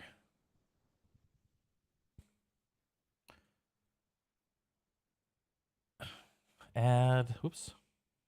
Add. Because I can spawn a sound to get an audio component, but then it's going to be playing the sound. I mean, maybe I just change. Well, I Oh, you don't know know. what? So okay, that's a good. So that's actually really interesting. So um what you can, yeah, so that might be a workaround because it's probably excluding some of, because it's not an actor type. um this is my guess. Because so there's, so scene components automatically get, like, they automatically generate an add function. Yeah. And that might be expecting an actor type or something like that. So, yeah, we could do a man, this is a little sketchy, isn't it? Um I need yeah, let's see. Let me create from class. Did you try you say you couldn't do a construct object from class? No, it won't let me do that. And I swear that's how I've done it previously is just literally add component or oh, maybe I could just do Yeah, maybe do yeah, no, you know what? Turn I was on doing construct object. That this is it. yeah, I bet this is it. construct. Yeah, this is it. Sorry. Yeah, so there you go. Ha, yes. Let's Now we're hope. Fingers cooking. crossed. Now we're cooking with. Ugh, construct object. What am I thinking? Okay.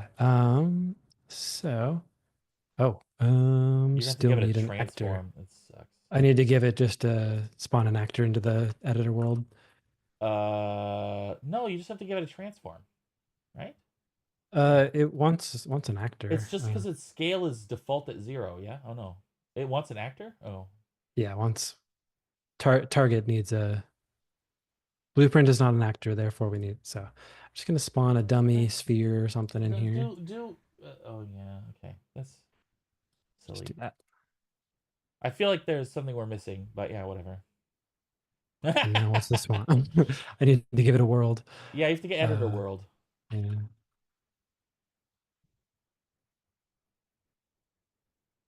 Yeah. Yeah, so folks at home, well, not my home, your home, folks at their own homes and or other people's homes, not mine. The this editor utility runs outside of the like normal game, and so it's running in like basically the editor, and so you have to, uh, ooh, I'm not hearing anything. But well, let's skip the well, we're so close. So let me just show here. I can randomize things. mhm. We can prevent these top few from randomizing and we'll freeze them. We can randomize individual ones. We Well, can't yeah, preview, and that's what we really want to do. well, yeah. So, the it's kind of hard to. Can you zoom in a little bit? It's just a little Yeah. fuzzy for me. That's all. Yeah. Is that does that say world context object? So that's what you need to give the Yes. editor. Get the editor world. Well, okay. Oh, that is the editor world. Okay, yeah. That yeah. So that needs to happen. And or it could be. I guess you could give the actor as its world context object. But yeah. Sure. Um, and So then let's see the if we're hitting. yeah we're We missed something there. oh do we Oh, we're down here. We're making stuff. So we're still going. There we go. So nothing's coming out. um Do I need to set the component like, do you have any settings on that meta sound? it's all default source settings. Okay.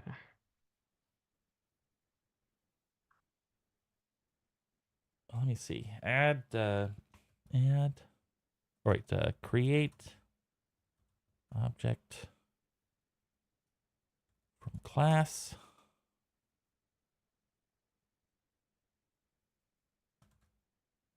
Component, and then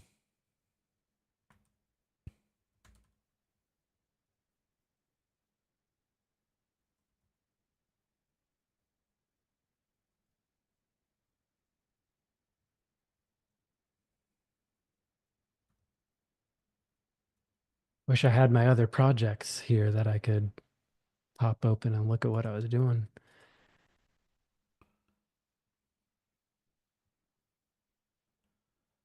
let me see. Well, I'm just gonna kind of flip through some of the stuff that I did since I kind of Yeah, did it's a you lot might while as you well. were. Yeah, yeah, that's a good idea. I'll take a look and see if I can get this sound working. Okay, so I guess in my sound generator view model, I added some functions for randomizing the parameter values. So when I click that button on the top left, This one's going to randomize basically push all of these buttons, and just checking if it's not locked. Then we're going to just get a random float between 0 and 1 and set it. I do know that Dan has a couple parameters that are, well, at least one of them was an int in here. So I haven't done anything special with those. Maybe I can set that up, but I don't really want to because then I have to do a lot of work. Um, so the slider here, all the bindings that I ended up with, um, it looks like a bigger mess than it actually is, but um, so when I check this box to lock it, I have this one toggling that is enabled on the horizontal box. And that just makes it so it grays out this button. And so I can't move this slider anymore. And then when I uncheck it, now I can actually do stuff. Um, the I don't know. It's been a little tricky because there's been so many changes since 5.6 that like there's new things that you can do with the bindings like that I can't currently do, and it was tripping me up a bit. I had to find some workarounds. For instance, like being able to call um, like void functions on the view model. I couldn't get that working. I swear it's something that you can do, but maybe that was something new, or I'm just doing something wrong, which is equally as likely. Um, yeah, I don't know. How's it going, Dan? Any luck over there? Um, I can show off the creating the like spitting one out. So I can go test, give it a name, yeah, and then in the content browser, I can just export, yeah. Let's hear them. randomize test two, randomize test three. Oops, I spammed it. And I think in order to hear it, Dan, I'm gonna have to switch my Zoom mic to my OBS mic to mix in my desktop audio.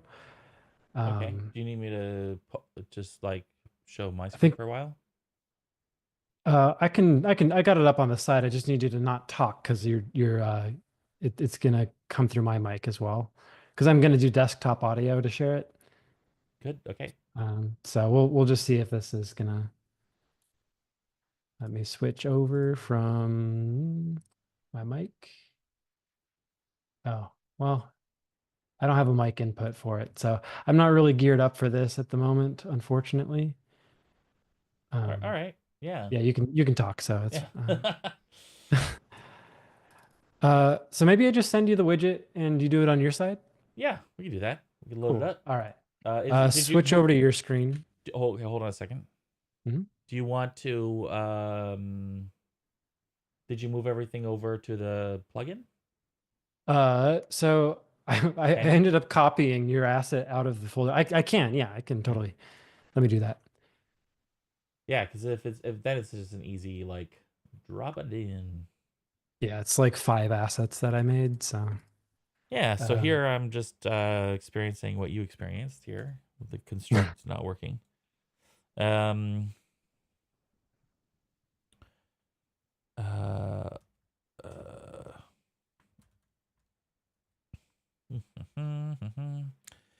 I remember running into this before and I had to play around with things. But the worst case scenario is we could just oh, you did spawn sound, right? Or what did you try? I did spawn sound, but then I ended up doing add component by class, add component. Oh, that did show up. It wasn't showing up for me. Oh, okay, I see. Yeah, interesting.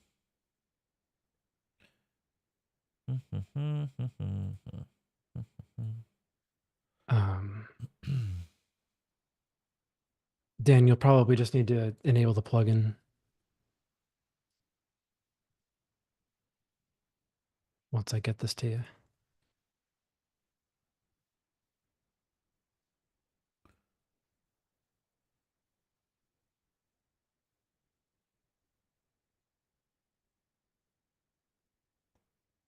Would you do like a regular actor?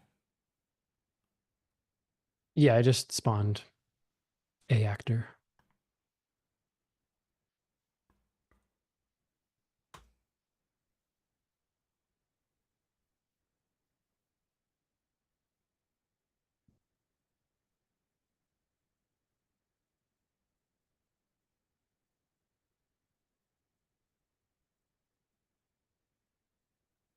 The zip is Right.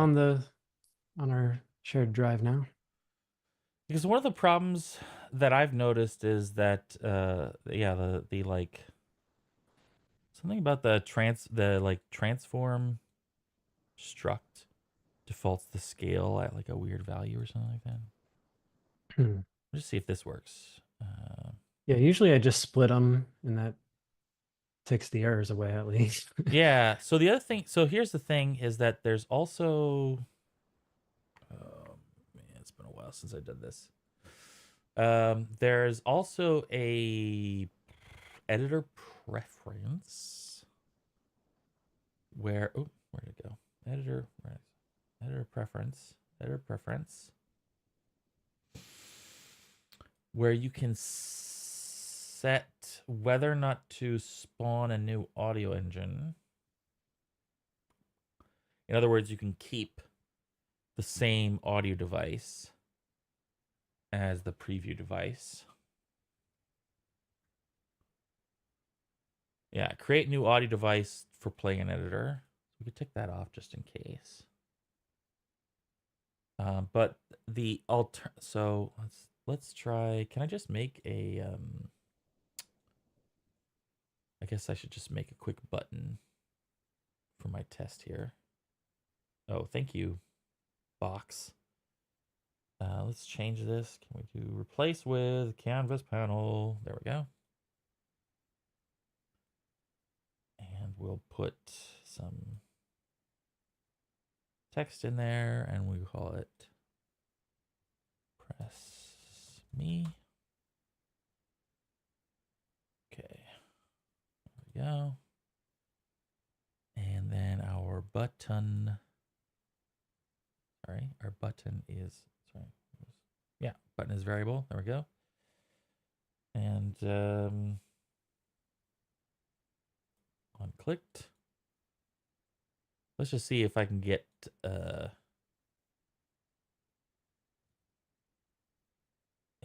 spawn 2D sound. I just want to see if I can do that.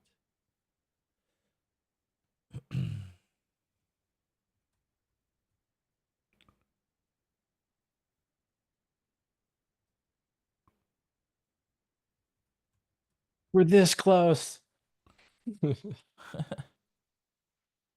And There we yet go. so far. I know, right?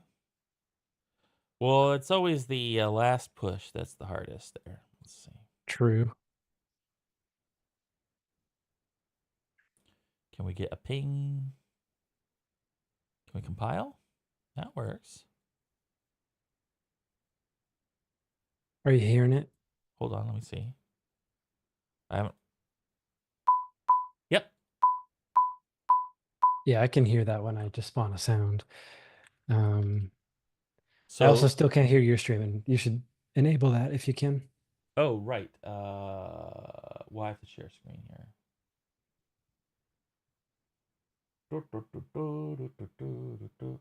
Um, There. See it? I do see it. Yeah, I reproed that as well. And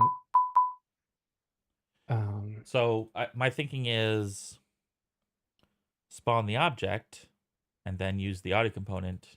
In other words, like this, yeah, just on event construct, boom, spawn the audio component.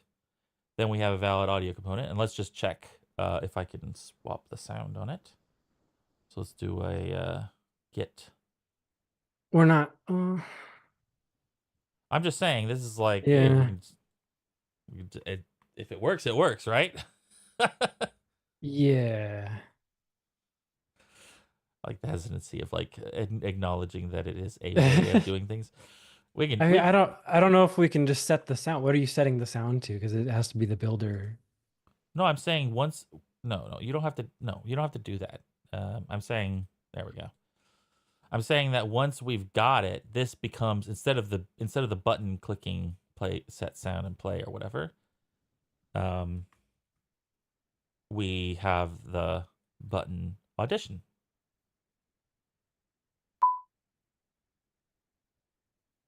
Okay, I didn't like that.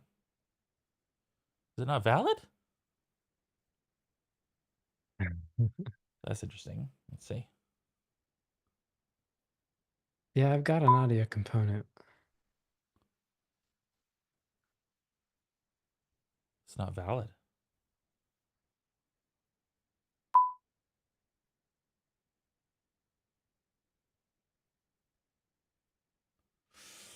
It's Is it because interesting. it's finished? It's turn off auto destroy. Oh, that's a good one. Oops.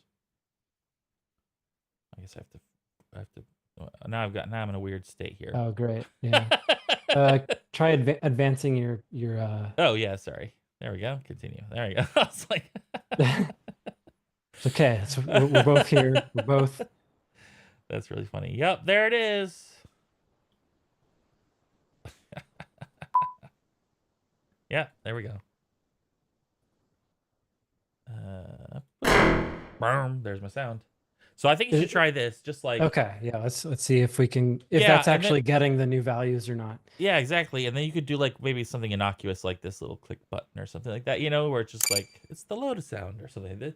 The editor is it's the editor Yeah. intro sound, or it could be like the like default prototype. Whatever loads. What I'm saying, like that. It could be like that. Okay. Do you want me to? You can You're good. Oh, you're yeah. back. Okay, I see. All right, you're on the screen. Okay. So let me double check the setup here. So I've got in the editor world, spawning a sound, 2D camera shutter, Did it play? caching that. I didn't hear anything now. Well, that's a problem. You gotta give it something. What'd you give it? I gave it the camera shutter sound. Okay. It turned off auto destroy. Then in my function here, I've got this Yeah, but what I'm saying passing. is that when you start your editor utility, you should be hearing the sound. And if you're not hearing the I sound, do hear, yeah, I oh, hear you do that. hear the sound. Yeah, Okay, I'm I sorry. do not hear when I audition, when I pass the audio component in here, because I don't think this is setting sound. I think it's, I don't know. Do you have source? Can you look at what this function at this period of time was doing? Audition. On this computer. Well, for the sake of time, maybe we've been on this for like 20 minutes. Let's use the widget to spit them out, and then we can hear what they sound like after the fact. And then we'll just imagine that we'd be able to do it. Okay. And I think maybe between this stream and next stream, I can get it working, and we can show what it looks like for real. All right. Yeah. I But like but it. we'll do something different next time that we new challenge. We'll Yeah. consider this one done. Okay. So I sent you I uploaded the widgets to the zip folder. Okay. Yeah. Oh, yeah. If That's right. I forgot about. I forgot about that. Let me. Where's my? Oh, right here we go. Boop. There it is. So close and so far. Yeah. Yeah, I don't know what changed, but I mean, it's obviously improved since 5.5. And the Metasound view models that I made also play nice with like doing auditioning and stuff. Um,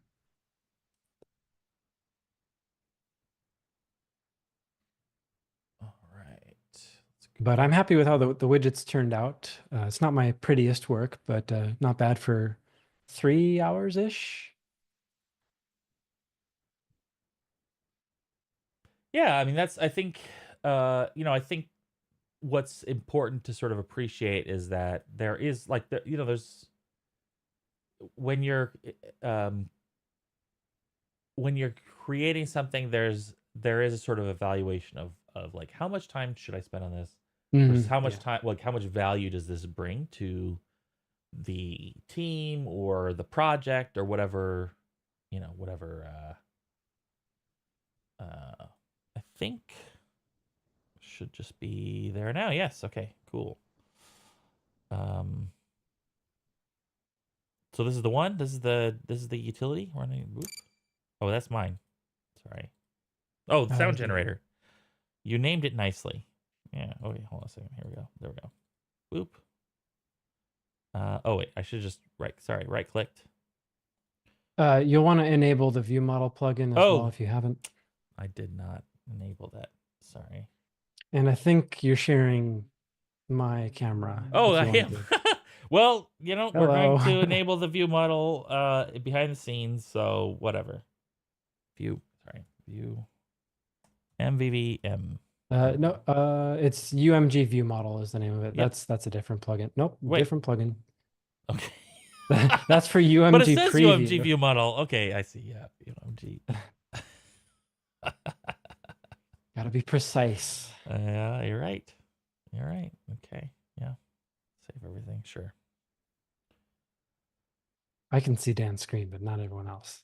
They see people can see me like pointing stuff out, but Yeah, that's right. I guess I can share just playing around with this. Let's do test You need to like export. randomly fill the like name or something like that, so you don't have to keep typing that in. Yeah.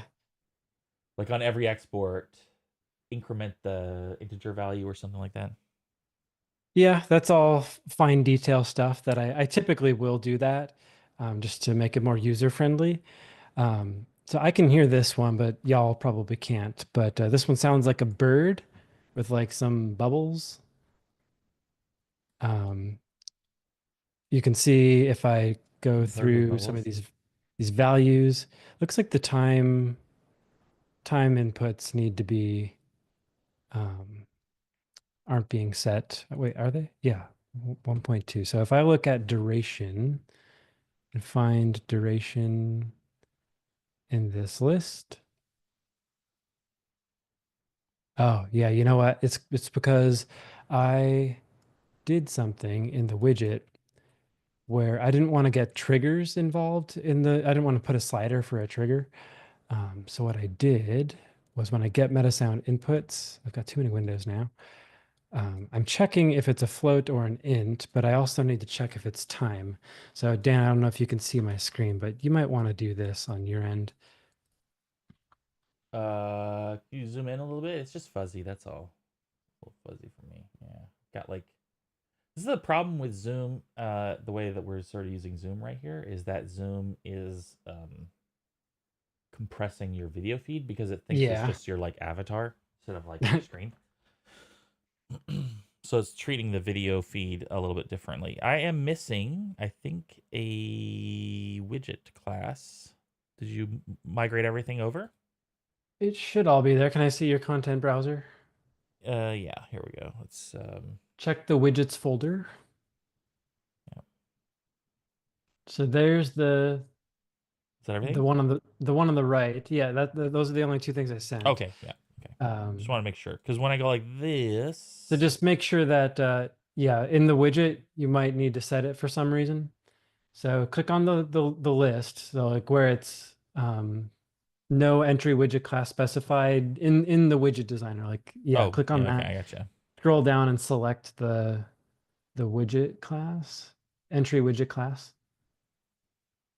You're seeing I'm swimming through parameters here. Okay. Yeah. Yeah, right there, Oh right there. wow, it's not even yeah, it can't even Yep. fill the whole. Oh, Okay. weird. Well, no, it's probably So not viewing the plugin content or some stupid thing like that. So I have to probably make sure that is this one? it is that one, Okay. yes. Yeah, we'll just boop. Oh. Boop. Make sure that the other one's compiling too, then I guess. Oh. The what? Did you have any It's parented to the other one, parameter I can't entry. even open it. Yeah, God. You Maybe know what? Here, let me try this. I'm gonna close my thing. I'm gonna delete my plugin, and then I'm gonna reinstall the plugin. Does it make sense? I think we just had some jank from the plugin merging. Yeah, that could be. So I'm gonna just give that a shot and see if that works. And reload this project.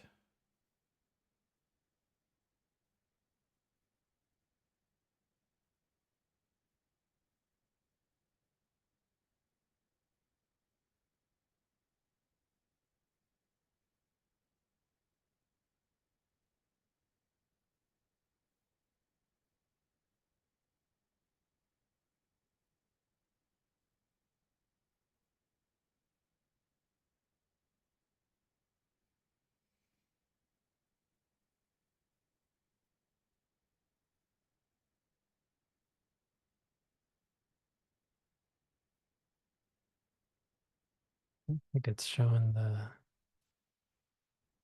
time variable. Maybe it's case sensitive. That might be, well, I don't know.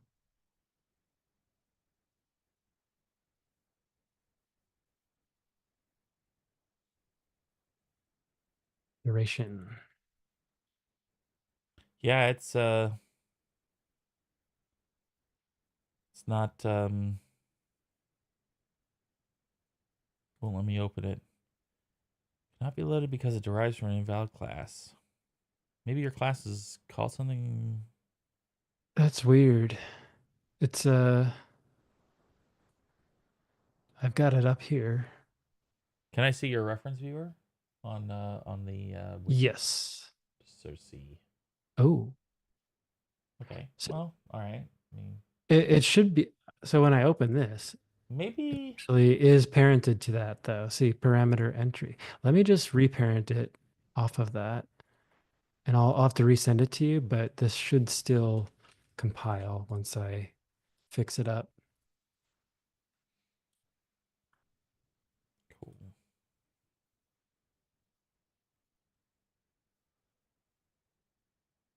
All right. Charles is eating popcorn. Wow, that's more productive than what we're doing right now. Uh, get rid of this old one. Okay, so now this should have no references to the other one. Did want to recompile, so that's interesting. Um, and I'll just send this back over to you Yeah, then. sounds good. And I will be sure to close my project.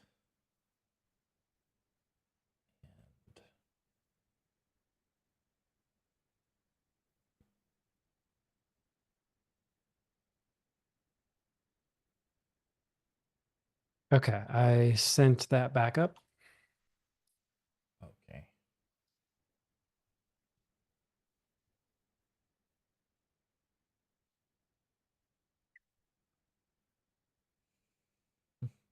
It's gonna bother me that we can't get that auditioning.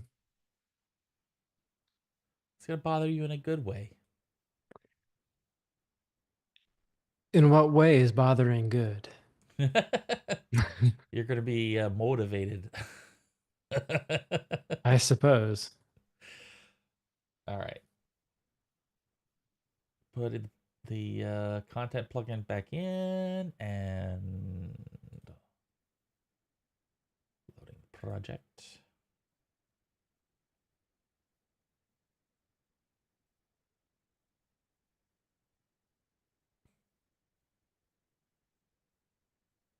Guess I could talk about the merits of view models as well. Because a lot of this stuff that I've done is inside of the view model. And the idea is that the view model doesn't really care about what your widget looks like.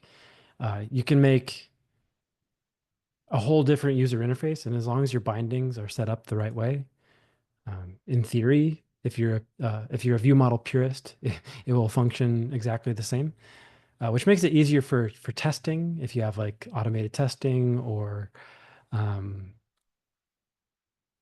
I don't know what other kind of testing you would have, but um, Destructive testing.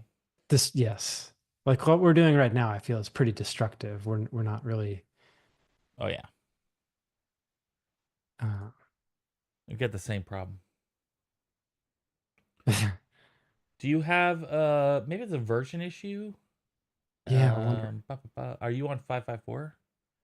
554. Actually, can you go up to your like project build number? I just want to see the build at, or you can Yeah, just I've got it here. It's 4057 4608. yeah, same as mine. All right. All right. Take two. Was there another plugin that I had to enable? Was it just that one, or was? This is just the one, yeah. I still see the old. Did you get the right download? Yeah, this is I just stomped the old one and I put Because the I 2 in numbered there. it. Okay, two. Yeah. Okay. Yeah. I mean, does it look okay to you? I mean, Well, everything I got else. rid of that other class. If you go in the widgets folder, and maybe like I got rid of the parameter entry, like that. Ooh. Maybe we have some sort of weird stale. Check your parameter entry slider class, or open that up and see what you're I parented to. can't. I can't open it up. What? Okay. Well, I think can you just But try dragging if you and got rid dropping the of content? this, Yeah, I did. then that is very interesting. Let me try. So what's weird is I'm gonna just show you the I just like wholesale deleted that. Like I was just like bump like that.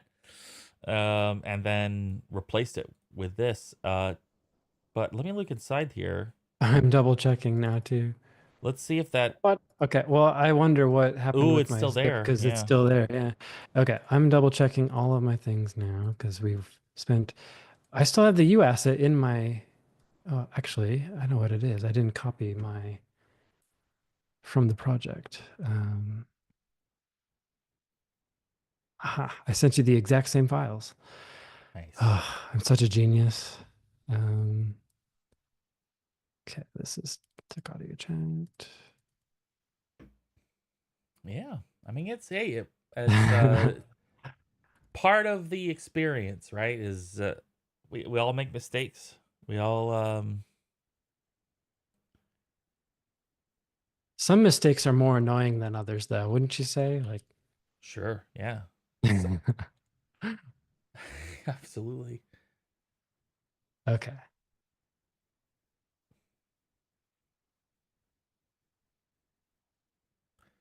So those of you who just joined us, we are no, you're muted. We're migrating. Oh, I'm not muted. oh What? no, sorry, I was looking at the wrong window. Oh, well, I just put the new zip up. Okay, cool. Okay. Let me refresh here. We're just migrating between our respective workstations here. Yeah, we need Perforce or something. Actually, I do have a Bitbucket account, so Oh, okay. maybe that's the what we'll do. Make it a little smoother. Well, yeah, what it would allow us to at least just push and pull from like locally, and then it would just update. So it could be convenient. We'll see. But let me see. This is number 3. I'm just gonna double check the content in there and see. Oh yes, it's as expected. And we'll You want to share your screen now, I think. not yet. I haven't I haven't loaded. I've Okay. unloaded the project. I just transferred in the plugin update, the updated plugin, and now Okay. I'm loading in Unreal. If you want, you could look at my screen background. This background painting is from a Disney movie called Make Music Mine. And what happened was I have an ultra wide monitor and a second monitor also. And the I looked at the painting. I like animation. It's one of my sort of hobbies. And I looked at the I saw that the actual painting was on sale at an auction house for a lot of money. And I was like, this is a lot of money. I really like this painting, but I don't know if I like it that much. And so I was like, well, let me see if I like it enough to just sort of live with it on my desktop. And I made it I made it my desktop background, and Hmm. I did not buy the painting. It's been sold to someone else, but I kept the desktop background. It's kind of cool. It's like during a sequence. If you haven't seen Make Music Mine, it's a really interesting.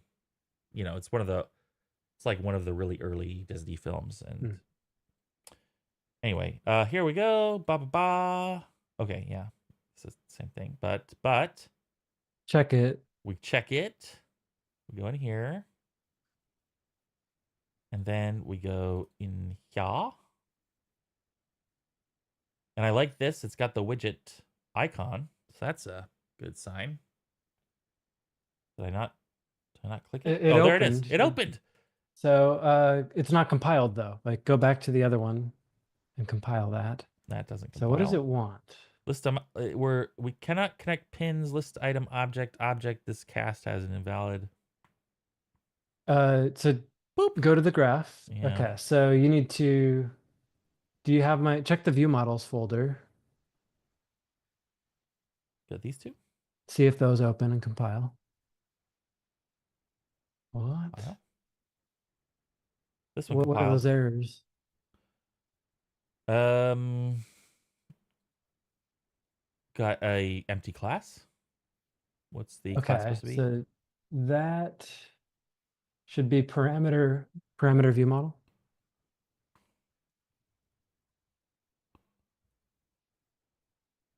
Okay. And then just hook that up to the array. The type is different. What the heck? That's Uh, boring. oh, these are all object types. Is that right? Is that what it's supposed to be? No, no, they should be parameter view model I types. mean, it's okay. Let me just but just so y'all know, whenever you see the wild card here in a blueprint function, anytime you pick one of the wild cards, the whole function conforms to that type, and so any wild cards become that type. But what sucks is if you have an invalid type that's going into them, then it conforms to an invalid type, and it doesn't make any sense You're anymore. gonna have to. Did that work? Yeah, I guess you're just exporting out objects, so whatever. yeah. I'm just cleaning up bugs here. Let's go one by one. This is how you do it. Yeah, this is the this is job. it. This is the job. You just go to the next one down the line. Yep. Okay. Randomize parameter value. This is a function I assume you made, but this is the Yes. reason we got this invalid. There we go.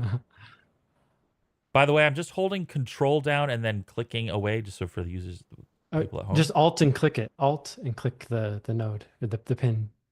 What? Yeah. But my finger is on the control. Okay. Well, you just need more fingers. But this needs a what is Just this? delete that. Do not compile that. It will crash. So Okay. grab your array element and then, well, you'll have to cast it now. So parameter view model Okay. and then randomize that. I kind of wish there was a function called randomize that now. Like Just randomize that. Yeah. Give it a randomize wild card. that. Okay, cool. So then we got compiles. We got compiles, piles of compiles. Okay. So Now we you just keep probably just need going. another cast. Yeah. We'll just do it all over again. Bad cast node. Yeah, thank you. That's I'll just do this. Cast, same thing. Parameter. Yep. Parameter view model. Okay. And then well, okay. We It's got probably just object type or something at the moment. And actually, just delete that node for now. Hit recompile, it'll fail, but it'll give you the node. So now it's it should wait, be I forget which under view model. So go to your designer to the view models tab where it would be. And now window menu at the top and add your view models. where am I? Where am I? Window menu at the top. Oh, sorry. Yeah, okay. Yes, and then view models. Hey, there we go. So that you need to set the class on the right side now and the details. Ugh. Oh. Oh, this is a dockable. I see. That was Yeah, confusing. so I dock that with the palette usually, but you can put it wherever. Okay. Where it says notify field value class, you got to set that to parameter view model. Boom. This is And how you debug your view models, everybody. So now you can just click select, okay. Oh, I see. Okay. reparent. Now go back to your graph, Okay. and now you should be able to set, well, compile first. Now, under your variables, it added a view model variable, a category. Oh, There. cool. Set that. Like that. Boom. Yes. Um, and now you can fix up those other errors. I see. Yeah. That is so lame. Oh, Yeah, I mean, well, this could be, is early access. So it could be yeah. let's just do this set. What was the set value? Parameter value. Parameter set. Is that the right class? It is Should be. Yeah. a locked type. Interesting. Yeah, because that's automatically generated by, Yeah, I see. That's very interesting. but there should be a set parameter value, or just search parameter value because it's just a member of the view model. Yeah, right there. Uh-huh. It's not showing up on What? context That's sensitivity. weird. Oh, and it's not even Uh, connecting. Parameter What? view model object reference. Yeah, it says not compatible. Just that's it. Oh, Oh, yeah, this is yeah. broadcast. Hold on. Yeah, that's what you want because It is? Okay. it's a field notify broadcast, which is the bell icon. That means that when you set the variable, it's going to notify all of the widgets that are bound to that float, and they're going to update the value if whether that's the text or the sliders position or whatever you're Right. setting that as. And we don't use these property accessors, right? I don't have context Nope. sensitivity on, so it's just like, Uh, yeah. Go back to your parameter view model window and just make sure it still compiles or something. Sorry, actually, yeah, how about you just delete that down there? Let's L- just re-add it. Just, okay. Delete, yep. Delete it and then Add. do a compile first. Okay. It'll fail, but and then add it again. Sometimes Same it same type? needs, yep, just do that again Okay.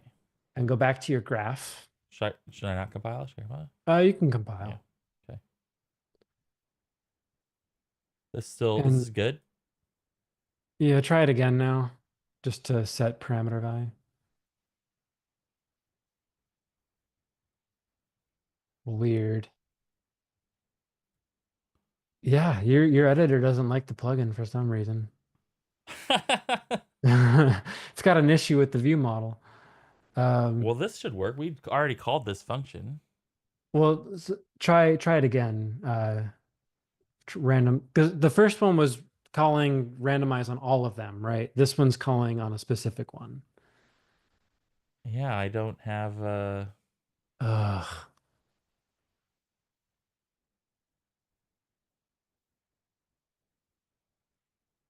you sure you don't have another plugin enabled for this? You don't need another plugin. It's literally just that's the plugin.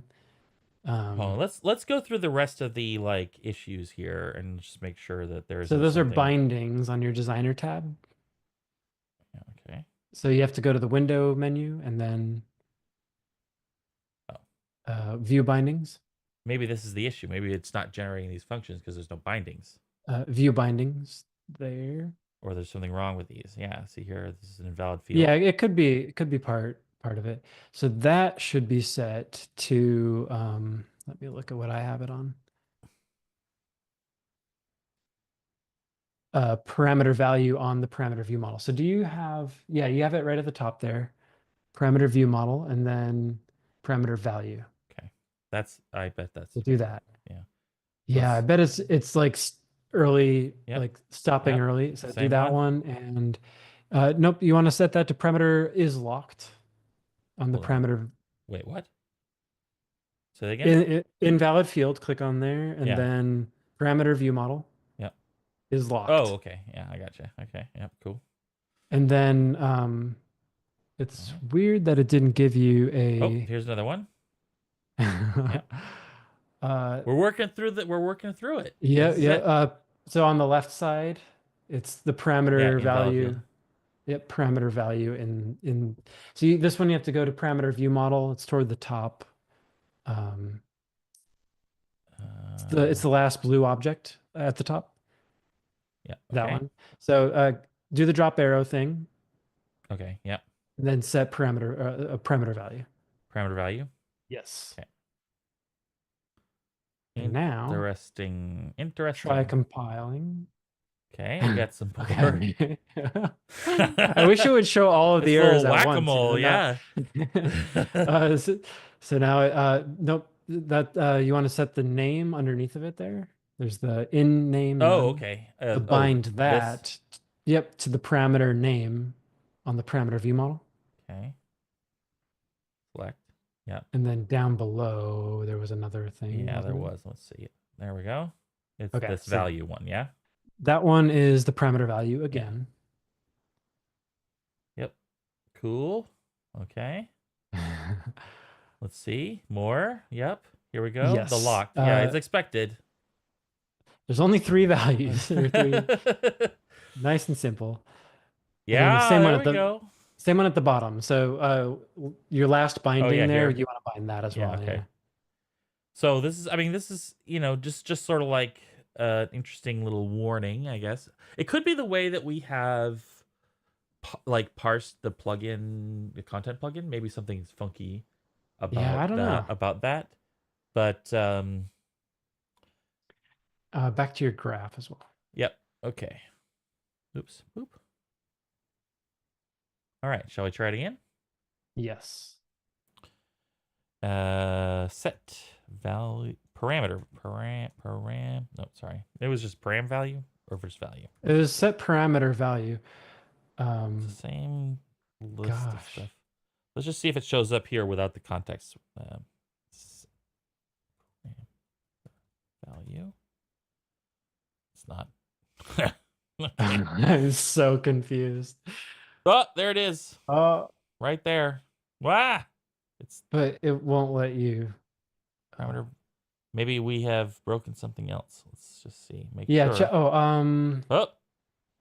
well, we're Yep. still just working on the slider widget. So like we're not really concerned about those other ones right now.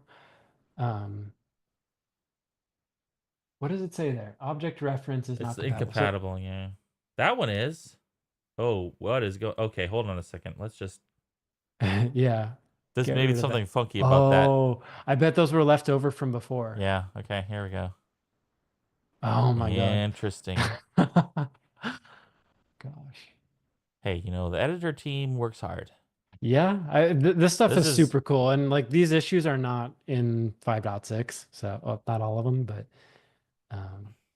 randomize. This is a single one. yeah, this one. Randomized parameter value, right? Yep. Yeah. And can I see your widget design as well? It looks pretty stretched, but In this here? yeah, Yeah, it's change super fill stretched. screen. Oh, yeah, that's right. You like Yeah, just do custom and then make it. Yeah, okay. It looks fine. cool. And then okay. Probably it looks very similar. It's the same Yeah, yeah. probably issue. Once you've So seen it, like it, yeah. yeah, so let's get our review models. Sorry, you look it up here? Yeah, that's usually where it goes. And our bindings. I'm gonna be a view model expert after this. Good. You'll want to make that one wider though. The view bindings, right. they're pretty wide. Sorry, I got water here. So first thing, I would just delete it and re-add it. Yeah, like we did before. Okay, add. Oops, Sound generator. Oh, sound. Right, this is a different one. Sorry. Yep. Right. And so click on the sound generator view model, like the under where you just added it. Click on it there. Yep, up the actual, yeah, now on the details, set create instance instead of manual. Ah, okay. And that makes sure we have one when we build our widget. Do you want to create setter function? Nah, that's for public. We already have Oh, I one see. internal. Okay. So now go ahead. Let's fix the view bindings first. Yeah. So there you want to, from the view model, get the parameter view models. Yeah. Okay. Yep. And now we're good here. And then we can just go over to the graph. Well, not really. Oh, yeah. So initialize meta sound or initialize something on the view model. It's called what? Sorry, you said. Sound generator view model. Yeah. Okay. Sound And there, right there. then, but do the drop arrow Oh, right. That's right. Yeah. and initialize meta sound. Yeah. Okay. Okay. Yeah. Yep. Boop. That's it. And then on the Neat. graph. Okay. Are we sure? Yeah. Okay. That's right. There's only two Yeah. bindings. All right. So just get rid of the Yeah, it's the getters. same deal. We're just gonna re-add this stuff. Yeah. I mean, at least it's not a different issue. For this one, you want to do Randomize. all of them. Yeah, that was the only option anyway. And then, In our actual functions, there's some errors. yep, there we go. Okay, just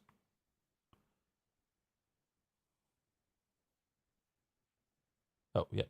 Okay, I'll get rid of this one just in case. I don't know. There's something weird. Yeah, right. It like cached. I don't know how that works, but yeah, okay. Stale memory or something. Get parameter view models like this. Yeah. Yep. Yep. Boop. Okay, that one looks good. Same thing. Yeah, I've had some interesting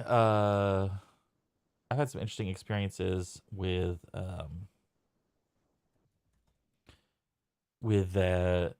U objects, like custom like asset factories and stuff like that, getting weird stale data. Yeah. You know, when you do like an update, like you update the actual object but then you don't but then like you've got like a leftover um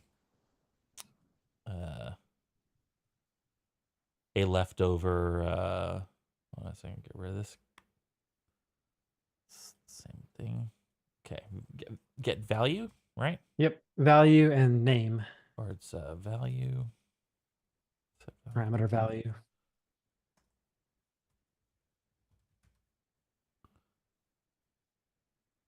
Remake It's this one, the right? yes, but try Do you it. think I should? Okay. Well. I think it I think it will probably make you remake the get Okay, local let's just node. Yeah, let's just do that. That, yeah, see the variable type is object. So Yeah. Okay. Well, just that go to was the from. Sorry. go to ahead. the function. Yeah, that's an object. So just change the type in the function. Oh.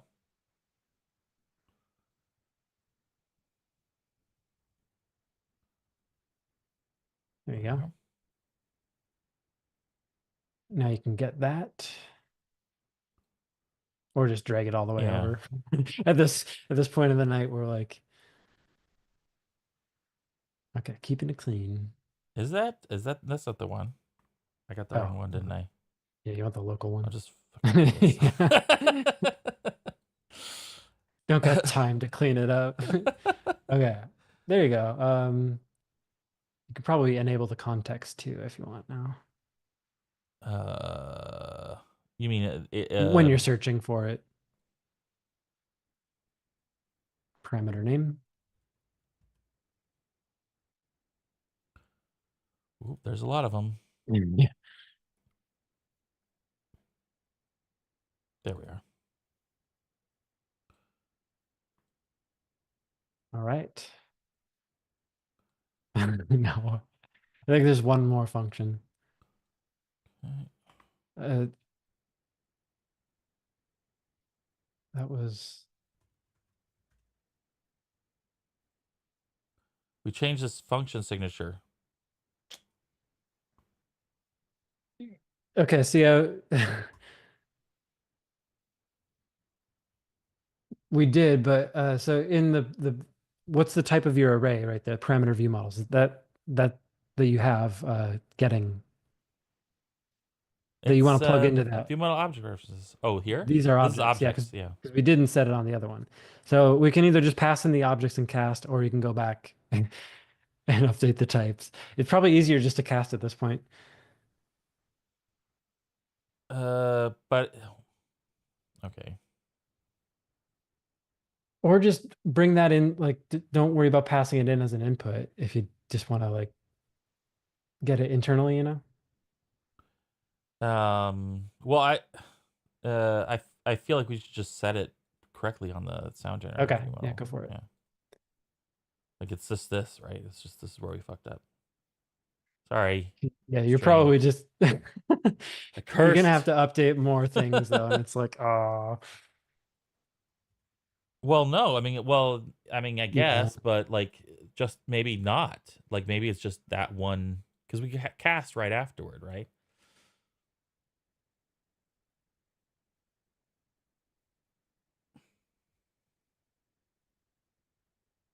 What is this? This one's an object as well.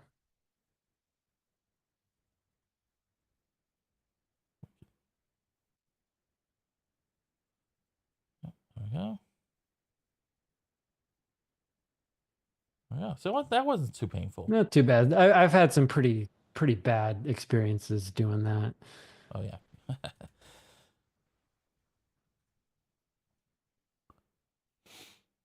I think it's because our system's fairly small, like relatively speaking.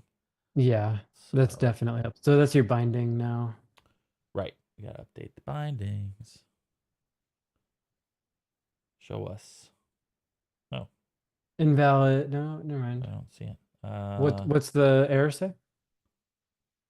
Let's see. No Oh enter yeah, widget class it's your specified. widget. Oh, So on the graph, yeah. set that. Yeah. There we go. Oh, Look at thank that. the Lord. Do do do do. It was just hard work.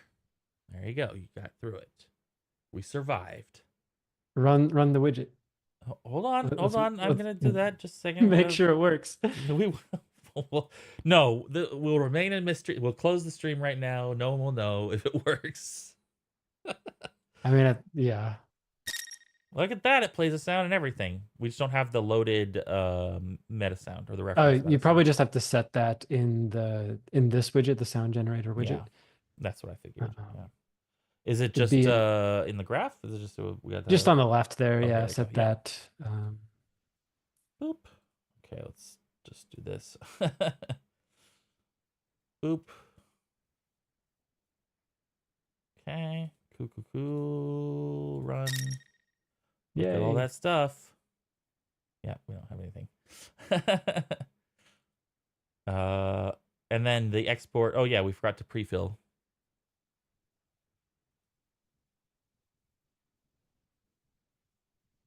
Yep. Okay.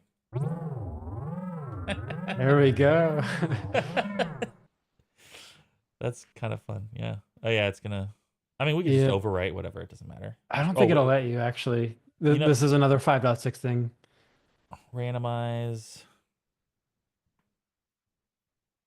Just do a bunch Should I just do a bunch in a row? if you want. I guess you could try and fine tune it if you want to like lock some and randomize parts. I'm sort of curious. I want to see what the full random experience does. So another Oh, thing people are still in chat. well, they're still here. Yeah. They Well, stuck this with is the us. Yay. payoff, right? So I mean, like, this is what this is what they've been waiting for. We got there. That's cool.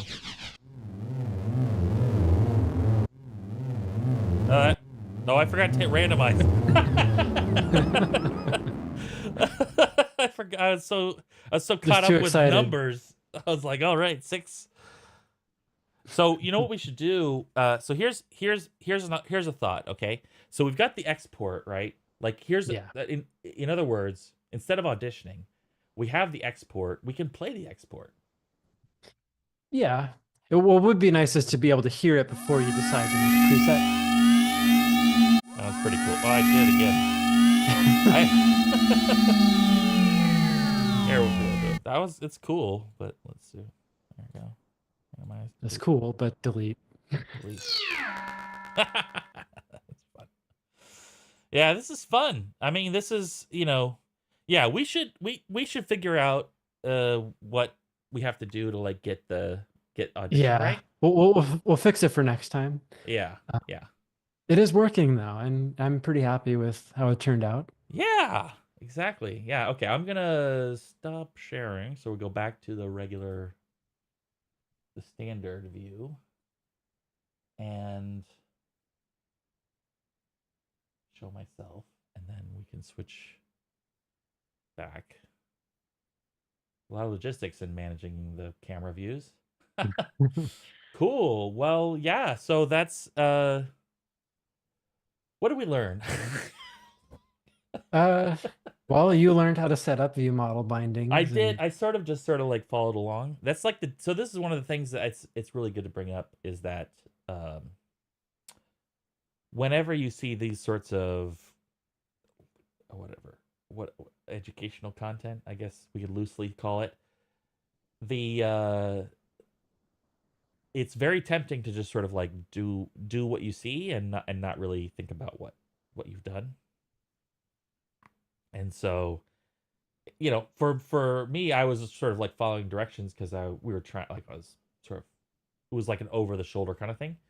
But I've dipped my toes in the space, and I'm definitely going to review what I did, which is really important. Everyone at home, review what you saw. And if you've been following along, review what you put in. Because I think because I don't really understand it until like I understand the premise of the view model bindings and bindings in general.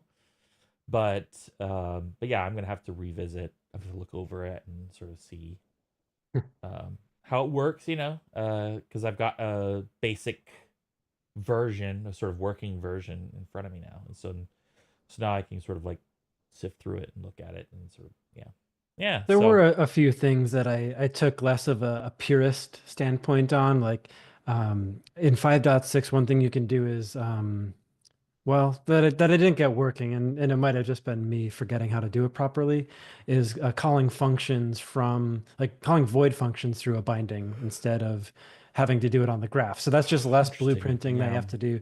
So I did rely a little bit more on the graph than I would typically with view models, but for the sake of time and just not wanting to figure out the right way that I was not figuring out. Yeah. Yeah. Yeah. Yeah, for folks at home, yes, you may be eagerly awaiting 5.6's binary release or official release, but right now you can go to the Unreal GitHub and just download the like version of 5.6 that we're talking about, because that's the version of it's kind of weird, like working at Epic and not working at Epic is sort of interesting about the sort of Unreal versions, because when you're on the outside you get the version and then there's nothing, except for some hot fixes, and then you get the next version and it's like feels like big changes, Mhm. but internally it's just like a moment in time. Like that's the like version is just sort of like this is a moment, and everyone internally is continuing to move on, and so it's really hard. Like sometimes it's really hard for me too, like to remember, oh yeah, I can't do this because this was added 3 months ago and the last version came out, I don't Just know, the five old or way six of months doing ago. Yeah, things, it's just right? And like the old issues that we had to deal with that we've long pushed past our yeah, memory because, exactly.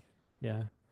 So yeah, you can go to GitHub and then you can get you can grab the current version of 5.6. It's pre-release, so it's obviously it's got its own warning tag there, but yeah, you can sort of check it out.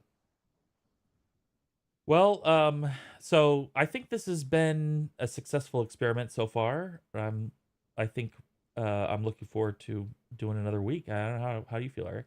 Yeah, let's do it. Yeah, let's fix this one up, show it Keep it off up. next time and Yeah, I choose a think that new. would be good. Sort of, yeah, and then yeah. Let's figure out this audition thing.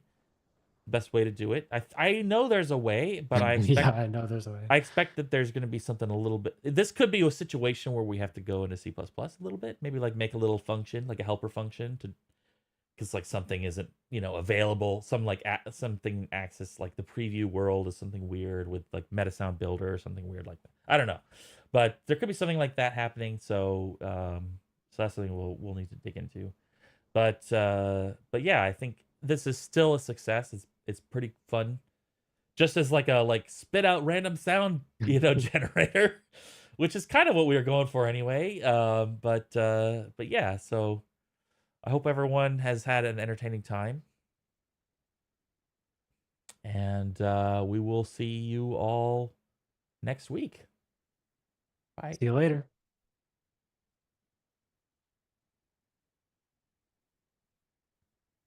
We're done.